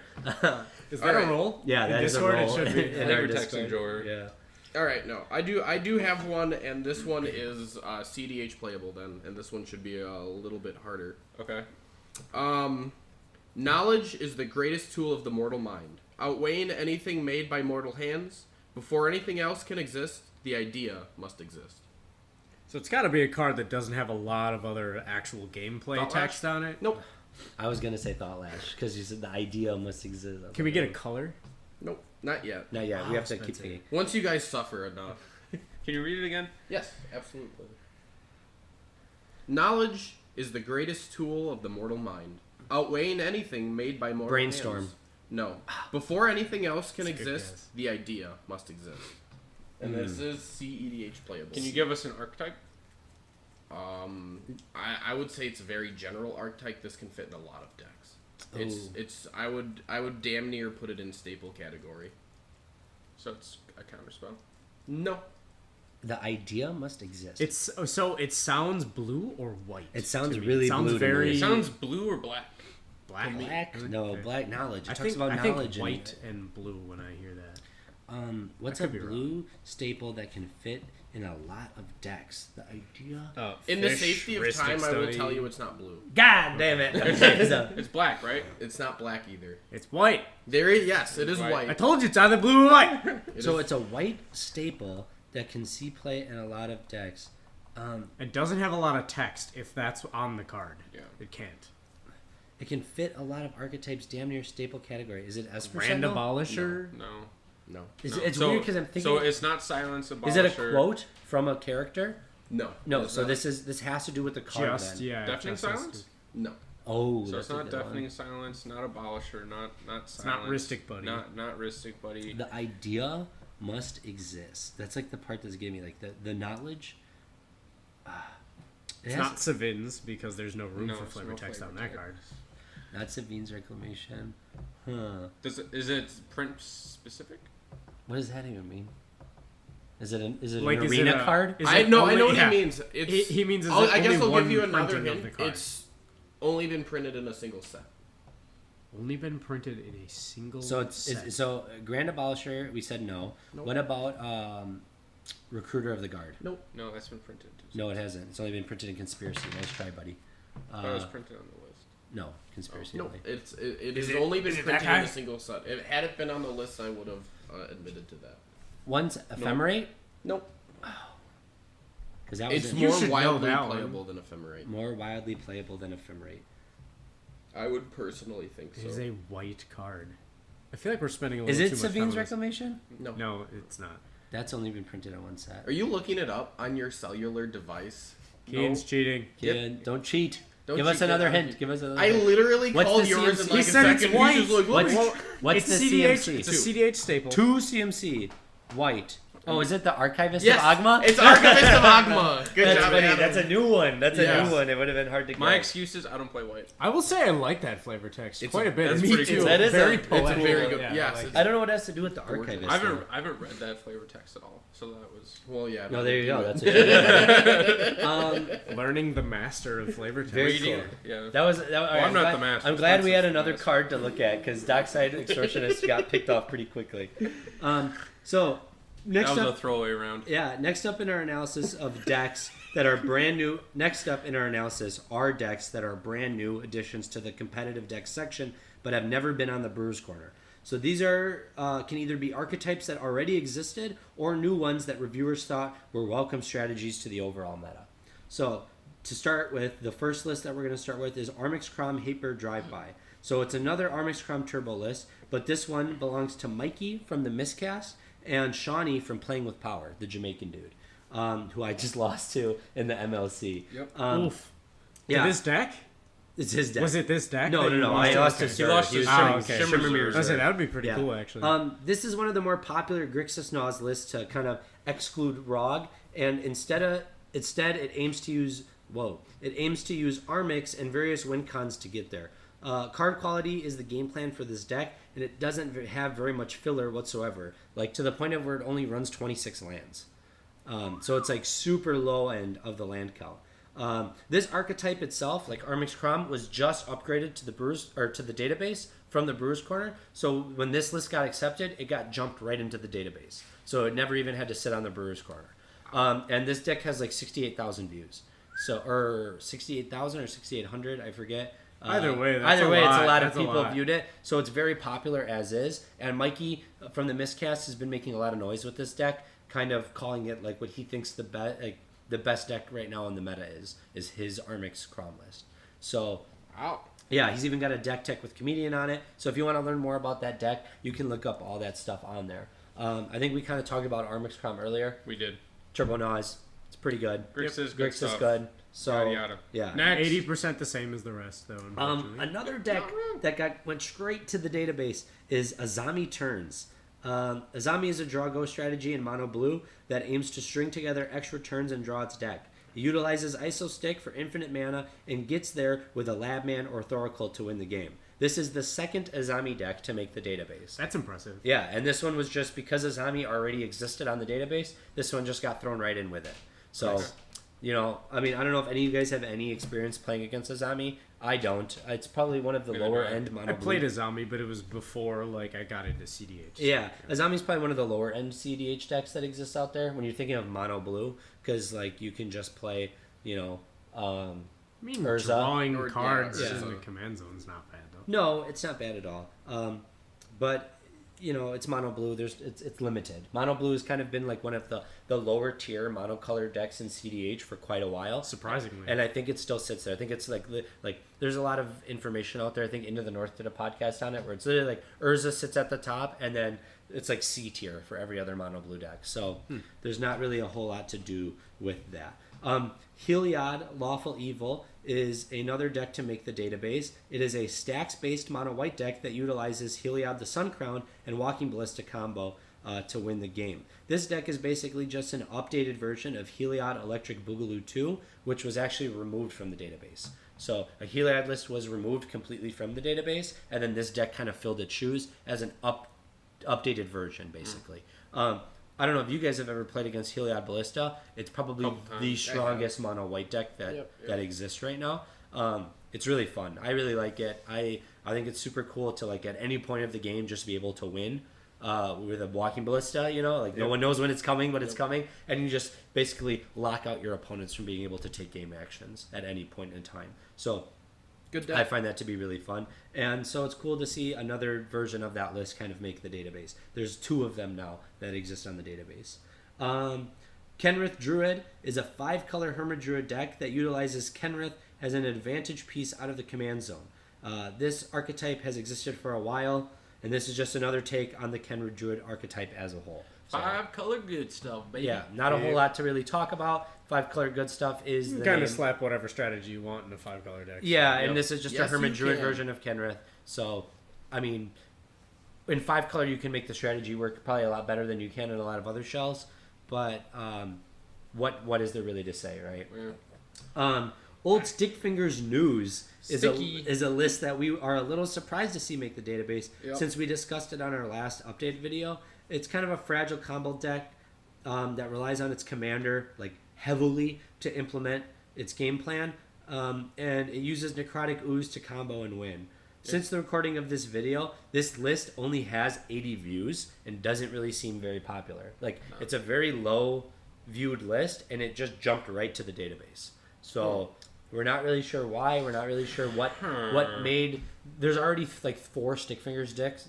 Stickfinger decks Whoa, dude. that already exists. So why they added another one is kind of beyond us. So this is a family-friendly podcast. Sorry, I didn't mean to my talk about Stickfinger deck? your stick dicks or whatever. Yeah, shut So- the fuck up and So stop yeah, talking. oh, rude. So yeah, so only 80 views on this list. Not knocking it in any way. Just it was something interesting that I noticed while prepping for this video. Is that it seems not very popular as is. So I wonder why they thought that this deck was any different than the already existing ones. Maybe because instead of Razaketh, it just uses Ooze instead. I don't know, but Okay. yeah, very weird. Timna Rog Turbonaws. To the road. Yeah, this list we are not surprised to see No. make the jump Oh, to yeah, the that's database. been a long time coming. The Mad Farm archetype is one that's suited very well in the current turbo mid-range meta, Yep. and we find ourselves in today. We kind of call it the treasure meta, and Timna Rog fits very well into that strategy. Having a 0-mana commander that can be abused as a ritual really allows this deck to go fast and pull down games quickly. You Rog. play Rog. Rog is most of the time Pog until Yeah. he's not. Mad Farm's a little bit more fragile though than like a Yes. Silas. Yeah, strategy, it's even in my more opinion. fragile than Grixis for sure. I would agree with that. I mean, think- Keen, you look like you disagree with that. I know you're mad at Rog right now. but- Rog's in timeout. He's been a bad boy, but, I think Jessica Timna really brings the deck together because you deal with the pieces on the board with Jessica, and you have the ability to grind out with Timna. I think it's like both your commanders. If you play the Grixis, Rog, Silas, they don't do shit. Like it's cute if you brain freeze yourself and get Right. a Wish Claw and attack and bring it back with Silas, but that's it. And Yeah. Timna and Jessica just bring value engines in the command zone, which Rog, Silas do not. It's actually kind of funny that this is making it into the database now, and now that we have all these like treasure meta support cards for this strategy. That when Commander Legends came out, that was actually the first list I brewed was Timna Rog. Timna Rog. Really? Yeah. That's Yeah. awesome. I don't know if you were part of that for a little bit. I kind of think gave it up. I think I a gave lot it of up, us but- did because like I remember AJ built Timna Rog as like an artifact strategy almost. Bryce and I built Timnarog turbo stacks. Yeah. A So, year like- ago, almost 2 years ago, I don't think it was as strong as it is today. No, I think Not it's even gotten close. a lot more support to make it much more Red has viable. gotten a lot of. Tim good is going to be a cards. $50 card next year. I'm telling you. Right Probably. now. Shit. Probably. That's why I bought my foil edge toner to play. So yeah, that's another deck to make the DDB. We have 3 more to talk about. Thrasios Timna Midrange Green CST. It's a long name. Is a deck by Vasher. He's a friend of ours. I've played with Vasher a lot in tournaments. I know Kevin's talked with Vasher in a lot of Discords before. That seeks to personally combat the turbo meta that we currently exist in. So that treasure meta that we were kind of just talking about. It uses 2 famously well-rounded grinding engines out of the command zone, Thrasios and Timna, to just outvalue its opponents over the game and get there on pure card advantage and resources. So, I mean, it's just classic TNT mid Solid, range. Yeah. solid strategy. solid deck. all the yeah, time. just Yeah. TNT grind, baby, grind your way to the win. Thrasios is so good. Dude. Thrasios is broken. So I fucking good. can't wait. I just bought a Thrasios now, so I could brew some more Thrasios decks, and I can't wait to start trying them out. Cause Seeing all these Thrasios decks make me want to build Thrasios File Smasher because I just got to add Again? green. Huh? Didn't you do that already? well, hey, 2 No. new Thrasios File Smasher lists just made it out I know of the that. Brewers That's why I was Corner. like, hey, green. And I'm not even remotely surprised. Yeah, no, 4 color lists No. are good. Another deck to make the database is Dogpod, otherwise known as Thrasios Yoshimaru. Puffer Pod. It got added with the other Thrasios Yoshimaru lists that are already on the Brewers or on the database because that just got updated. So basically, like Thrasios Yoshimaru got upgraded from the Brewers Corner to the database As a whole. Okay. So this deck immediately got slotted into the database Yep. with it. Yep. So we already kind of discussed Thrasios Yoshi, so we'll leave it at that there. And then finally, another Yasharn list made it to the DDB in addition to Connor's list. This one is called Local Boar Goes Gore's Naus Player. So Top headline of I the like day. it. so it's probably my good. favorite like deck list name of Oh, this update. hands down. Yeah. So it was it's pretty funny to see that there. And then that's it for decks that got added directly into the Brewers Corner. So for this next part, we're nearing the end here of our update and analysis. We're going to talk about decks that were removed from the Brewers Corner in total. So these decks are decks that we had kind of talked about in our last update and analysis. You probably heard us talk about how we didn't like them so much. We didn't think they were good or very viable strategies. And they've just been removed from the Brewers Corner. That's it. They will probably not be reinstated ever, and they'll probably never make it to the database itself because they are just gone off the Brewers Corner. So they didn't get enough feedback. They didn't get enough people that were really into it. And so that's kind of what happens when a deck doesn't grab, Attention. doesn't get any legs. Yeah. Yep. So to start with, one of the decks that got removed from the Brewers Corner is Armix Jesco World Gorger Dragon. So this is just like red-black. Rakdos linear strategy. Yeah. Put Yeah. a dragon out, slap some enchantments on. I mean, it's basically Make it go burr. it was kind of like a copy and paste version of Croxa. Croxa, Oh, but worse okay. than Croxa. well, Croxa so- at least does other things. Yes, exactly. So it's kind of game. yeah. Relevant things anyway. There's just kind of not a whole lot that it can do. Chainer Ooze Reanimator. We shat on that deck last time. I don't think we really need to shit on it anymore. But that got removed from the Brewers Corner. Ishai Kodama stacks. Me and Bryce, we held out hope for Ishai Kodama stacks, but it just didn't. The list that was on the Brewers Corner kind of sucked. Kodama's just so much mana to get to. It's so much mana, and it's just not. It doesn't work with Ishai as well as you want it to. You can pod Ishai into Maloku to get your win con and do things like that, but it's just not. I think Thrasios Ishai will prove to be a much better yeah, for banned sure. strategy absolutely. than Ishai Kodama was. Kodama's cool, but he's like casual, strong, pub stomp cool. I you think know? that Ishai Kodama can still exist in the cEDH metagame. I think the list that was on the database itself was actually like not very good. So Okay. if we want to analyze it from that perspective, that's why I think it got removed from the. I think Brewers the Corner. best Kodama list is Kodama Timna. Kodama Timna. Yeah. Another list that got removed from the Brewers Corner is Jessica Malcolm, Infinite Mana Glinthorn. I don't know why you'd run Jessica Malcolm when you can just run like Malcolm Breaches and just win easier. Yeah. You don't really need Jessica in the command zone. It doesn't really doesn't add anything extra to the game plan. I mean, if it actually made Malcolm deal damage 3 times, that would be a little bit different, but it doesn't. It just triples, right? That's the It just triples the damage, and it has to be on the combat damage. Yeah, so I can't think of any other reason why. Yeah. Then Crom, Malcolm, Curiosity. I don't know. There's so many better Izzet decks out there. Crom doesn't help Malcolm in any way. It's a mid-range beater, right? Like that's the best thing. It's not a pirate. Yeah, if it was a pirate, it'd be a different story. But He doesn't help Malcolm anyway. Besides giving him red, and so does so many other things. The one thing I will say is though that you have then in the command zone, you have access to more mana-based resources and more card-based resources in your deck. Another outside of your deck. Oh yeah. Another deck that got removed from the Brewer's Corner is Pramicon Rule of Law. I don't even know what this deck is, and it's no longer on the database for us who cares? to reference it. So unfortunately, we're going to have to skip over that. Another one to get removed from the Brewer's Corner is Rebek Timna Vehicle Stacks. Yep. This was a really, really weird deck. It used Rebek and Timna to kind of grind through stacks with vehicles and things like that, and crewing vehicles and going from there. It was really, really weird and piloted very awkwardly. Yeah. So I'm not surprised to see this get removed. Sidisi Midrange was also removed from the Brewer's Corner. I don't know. Sidisi's a little just kind of outdated. Dude, there's like 8 Dazzler decks. Just play that. Yeah, I don't know. It's just like some of these decks are all just like they were lackluster originally. Yeah, or they're just outclassed by clearly better commanders or they're strategies. Just so like what's the word I'm looking for? They like some of them are too unique to their own fault. Like they rely too hard on a specific strategy that isn't very viable in the first place. And it's almost to a fault, unfortunately. I think Sidisi falls into that category. Yes, and another deck that I think falls into that category, unfortunately, is Sfella Light Stacks. Sfella is actually a deck that was made by one of my friends, named Justice or Just Ice on Discord.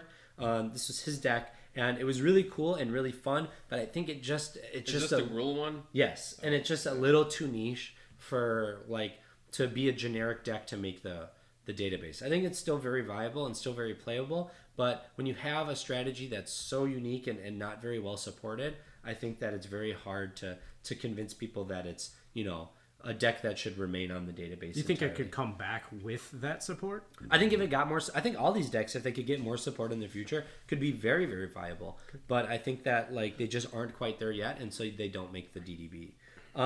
Thrasios Crom Evolution, that one's a little surprising to see not make it. I think there's just it's 3 colors, right? So in 3 color strategies, you're going to see a lot of monocolor partners, and you're going to see a lot of 3 color commanders that just do something unique enough or better than what these decks will provide. Yep. So Thrasios Crom, it's cool to use partners in different ways, but I think they really shine, 2 color partners specifically, really shine their best when they're utilizing both commanders for separate colors for separate game plans or strategies. Yeah. And then finally, the last deck to not make or to get removed from the Brewer's Corner is Yarok Spellseeker. We were looking at this earlier when prepping. Where the fuck is Yarok Spellseeker? It's not on the database. Well, that's because it got removed. Yeah, I mean Yarok. We were literally sitting there. We're looking through Celtai, and we're like, where the fuck is this? Yeah, we don't see this guy. Yeah. So yeah, there's just not a whole lot to talk about. Yarok is cool. He's unique, but like I said, this guy they just don't cut it. They didn't get enough support. Not enough people wanted to play them, and not enough people put in the time for these decks to continue their reign on the database. So they got removed, and it's unfortunate to see that, but it has to happen to keep things always evolving and always changing. Yeah. Finally, the last thing that we'll kind of talk about in regards to the DDB before we get into our actual thoughts on the database and how things have been going drama-wise and things like that, is 2 decks were removed from the database for not being updated or for not being legal decks in Commander. The first of which was Heliod Electric Boogaloo 2, which I mentioned earlier. Boogaloo! It got removed because it just had not been updated in quite a while. So because of that, they took it off the database and they said this is an outdated deck that doesn't meet the requirements anymore. The second deck that got removed from the database this cycle, similar to Godo last cycle, is Corvold Mad King. What? Yes. I didn't even hear about this. Similar to Godo last update, we believe that this deck was wrongly removed. Yes. Mad King actually was the most frequently updated Corvold list on the database. And it got removed because at the time the DDB was updating lists, Corvold was actively being upgraded. So it had 101 cards in the list instead of 100. So that it's been feels removed from the real database bad. for being an illegal commander. It'll be back.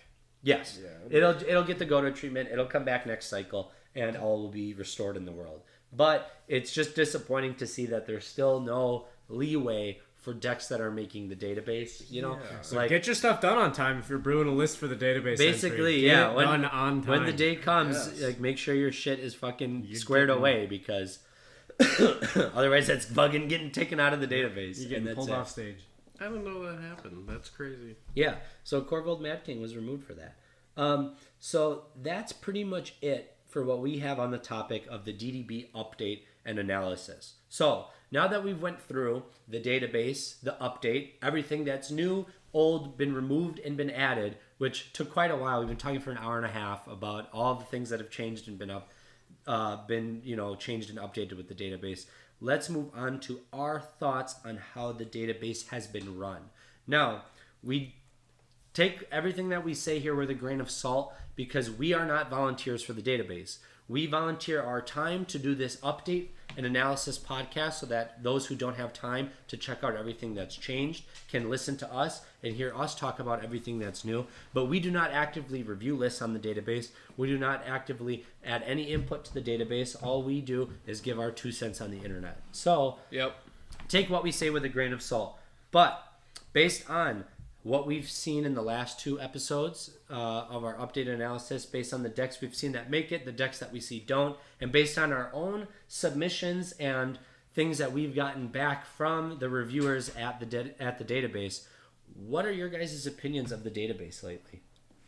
I mean, my opinion of the database is I want to hear what your opinion of the database is because you submitted a list and got some feedback. So I would like, I think everyone listening would like to hear about a little bit about what happened. And yeah, I can share my own experience here a little bit. So something that happened with me is I've been very, very active on this podcast talking about brewing Timna Armix as a viable stack strategy that I think actually lends itself pretty well to the current meta.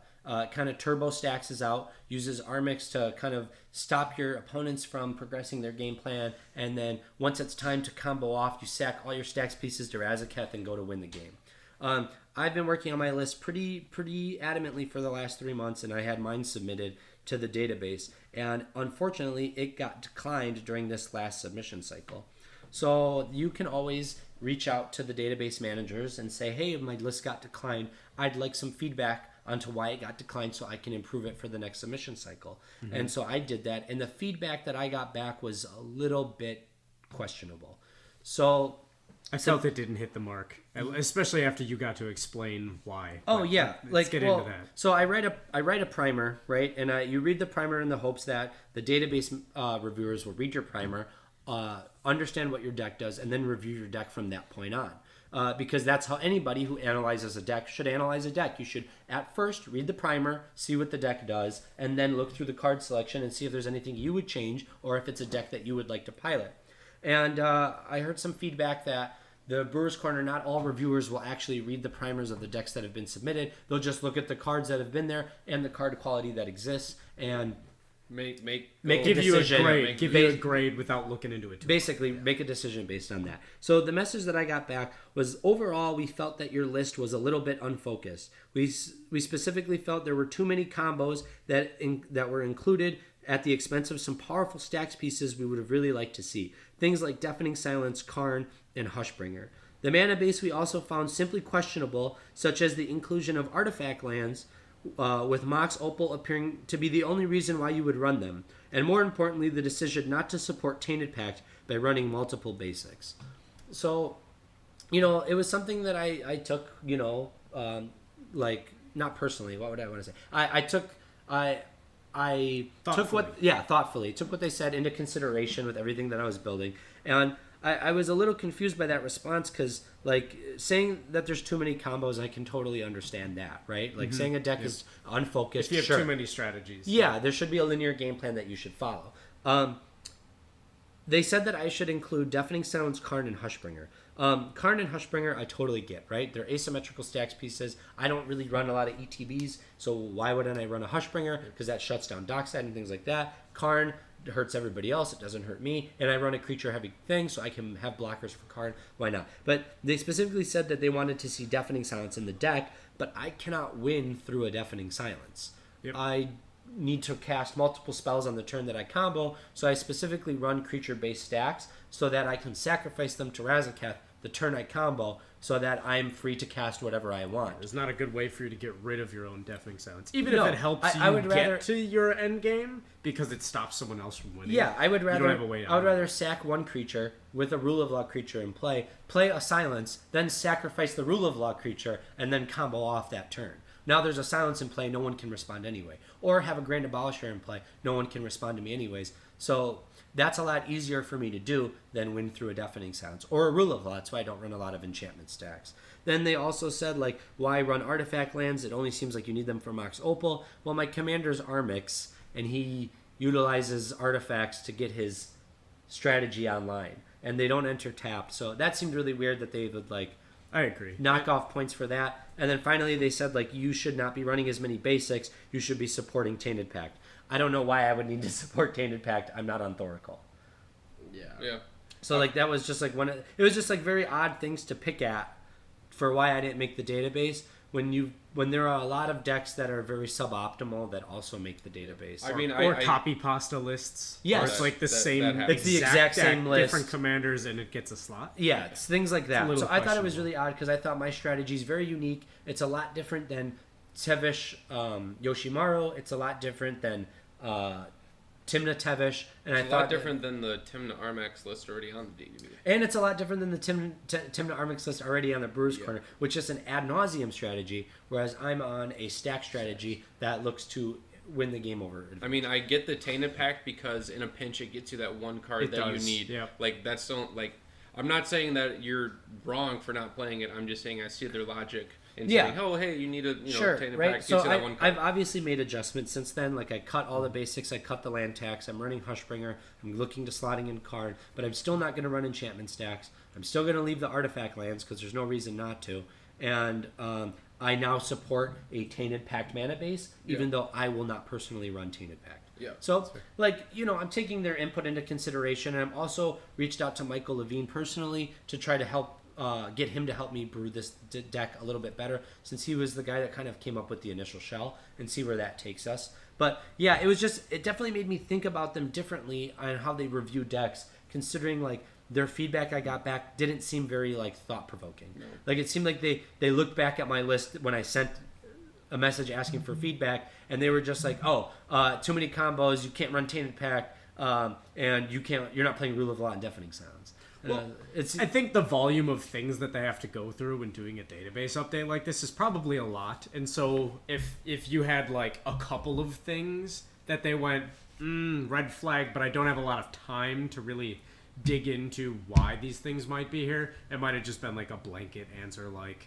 we see more than one thing that we don't like, so therefore sorry. And like, to a point, I agree with that. Like, they have a bunch of shit they gotta look at, but then again, like, a lot of people in this community, like, refer to the database as the Bible. And I know, like, multiple people have touched us. I know Comedian and Ryan from Playing with Power did a whole podcast about the DDB, and their thoughts were, I think what we share is that, like, it shouldn't be regarded as the Bible. It's basically just like a collection of of decks that are in the meta. It's like the EDH rec It's like a of recipe CEDH. book. Yeah. Well, I look at it as it's almost like the precons of CEDH. Yeah. Yeah. Like, if you're gonna start playing CEDH recipe and you book. wanna, Yeah, you wanna know Somewhere what to start. you wanna know what to start with. Like, here are the precons that you can start with. Yeah. And so, like, I just feel like, at least this review cycle, I feel like, especially with, like, all the drama surrounding, like, for example, all the Dargo lists. Like, why did a reviewers list instead of, like, the Dargo Discords list get in? I just think they've been,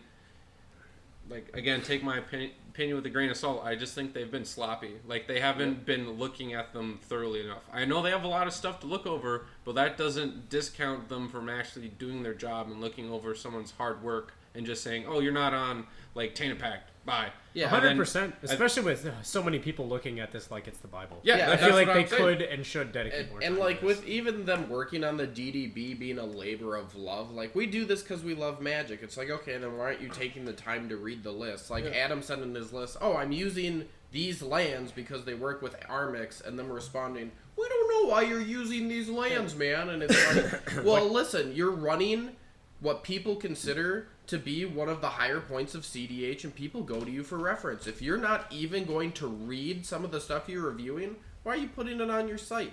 Like, it's kind of ridiculous in my opinion. Well, they did now. They're like making it a point to say like there's like a description section when you add a deck, like that you need to write a description, a brief description for the deck, and they're saying like that's the most important thing is like in your description, hit all the key points that you want to hit right away because that's what we're going to read. Because primers can be long. I mean, your primer, Spencer's like how many pages long? yeah, my It's like primer 3 pages. Yeah, it's a couple pages, but like I did that. You can brief it over real quick. You can. Like, I did that so if people care, they can read it. And if they don't care, like, you don't have to. I have, like, the main sub-points and stuff. But, like, the point that I'm trying to make, at least, is, like... And this is, once again, like, take with a grain of salt, because I don't run this thing. But if I did, I would maybe even increase the window, like, hey, it's going to take me this much longer to review decks, because if you have a primer, I want to read it. Right. And I want to have an understanding of what players are thinking, because... Like you said, with that one deck, Mr. Trash, Garbage, Go-Througher, Bad Zur, like, if I didn't... Oscar. Yeah, if I didn't read that primer, I'm going to look at that like, what is this? This is poop. Well, but the primer is after your foot's in the door, and I think what they're getting at is, like, you gotta have something that... What he's getting at is the little bulletin points of, like, the main core strategies that you submit with the deck or whatever aren't this super long primer. They get that person who's already interested in the strategy or thought about the strategy in the door to understand what they're gonna read in the primer. Yeah. No. I think that definitely holds some ground. Did you do that? Did I like? Well, Did you preface it with the description that they're talking about? Yeah, I did. I wrote a description. My description also like matches my first paragraph of my primer, and my first paragraph of my primer hits all my key points right on. And I even have a section like dedicated to why I don't run Naus, why I don't run Deafening Silence, why I don't run. So I don't think they really read into it that much when reviewing my deck, which is a little disappointing. Some other things, like I know we talked about it earlier, about how like certain decks have been getting declined that have had a lot of work put into them and a lot of community work in general. Like a lot of these Dargo decks that we're talking about, and it seems like certain decks make it and certain decks don't that aren't deserving, right? You see a deck that makes it that's got 50 views that one guy made that is a super outdated strategy that they've just been submitting for every cycle. Then you see a deck like Timna Dargo that's been being worked on for months and months and months, has 7 people working on it, constantly a whole Discord dedicated to it, and it gets declined. And it has like 10K views? Yeah, 10K views on a list, and it's not viable enough. Yeah. So, like, it kind of just... It's stuff to kind of take notice of, because it really changes your opinion on how you view the database and how you view the people that kind of have the say on what makes it and what doesn't. It also makes me wonder what their criteria are then. If what they popularity or like dedication, number of people that have put their input, how refined the list is. If it's not those things. I think their only criteria is card density.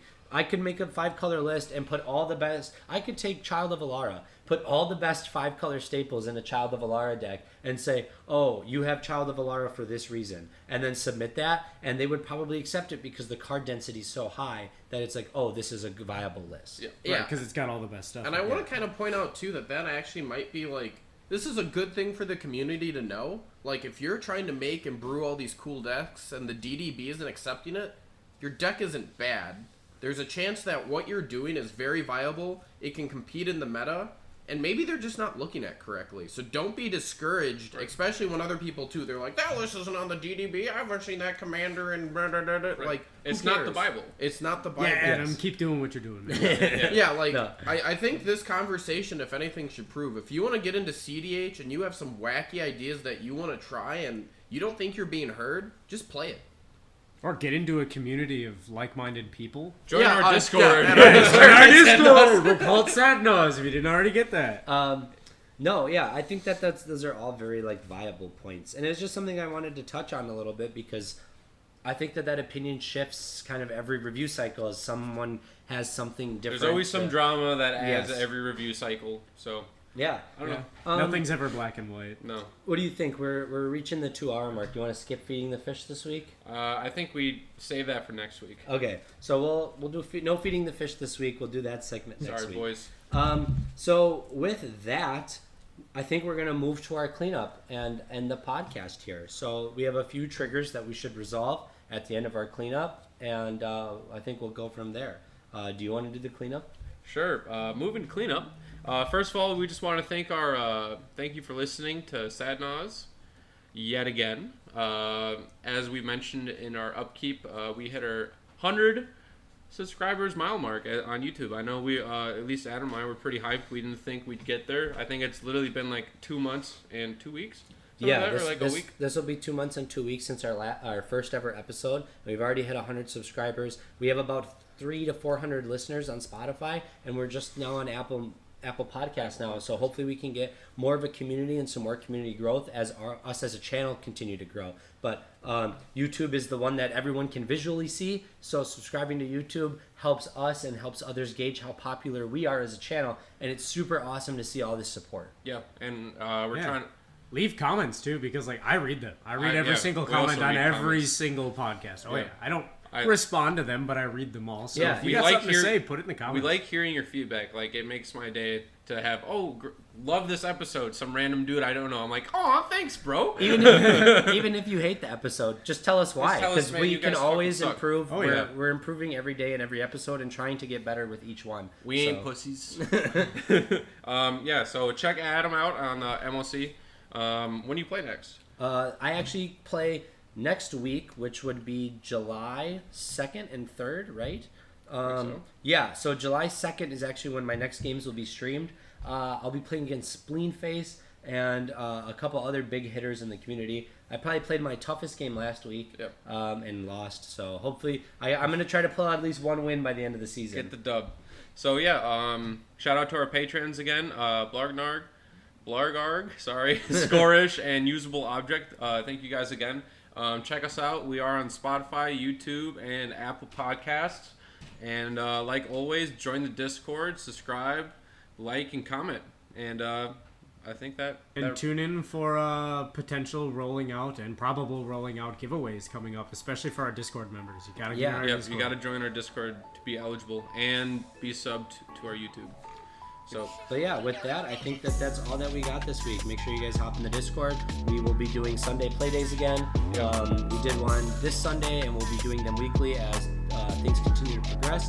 Otherwise, thank you so much for listening to us ramble on about the database update and analysis. We really appreciate that. You're listening at work, on the toilet, whatever you're doing. We love you. Thank you. we love for you. your Thank support. you. All right, peace out, guys. Take care. Peace out.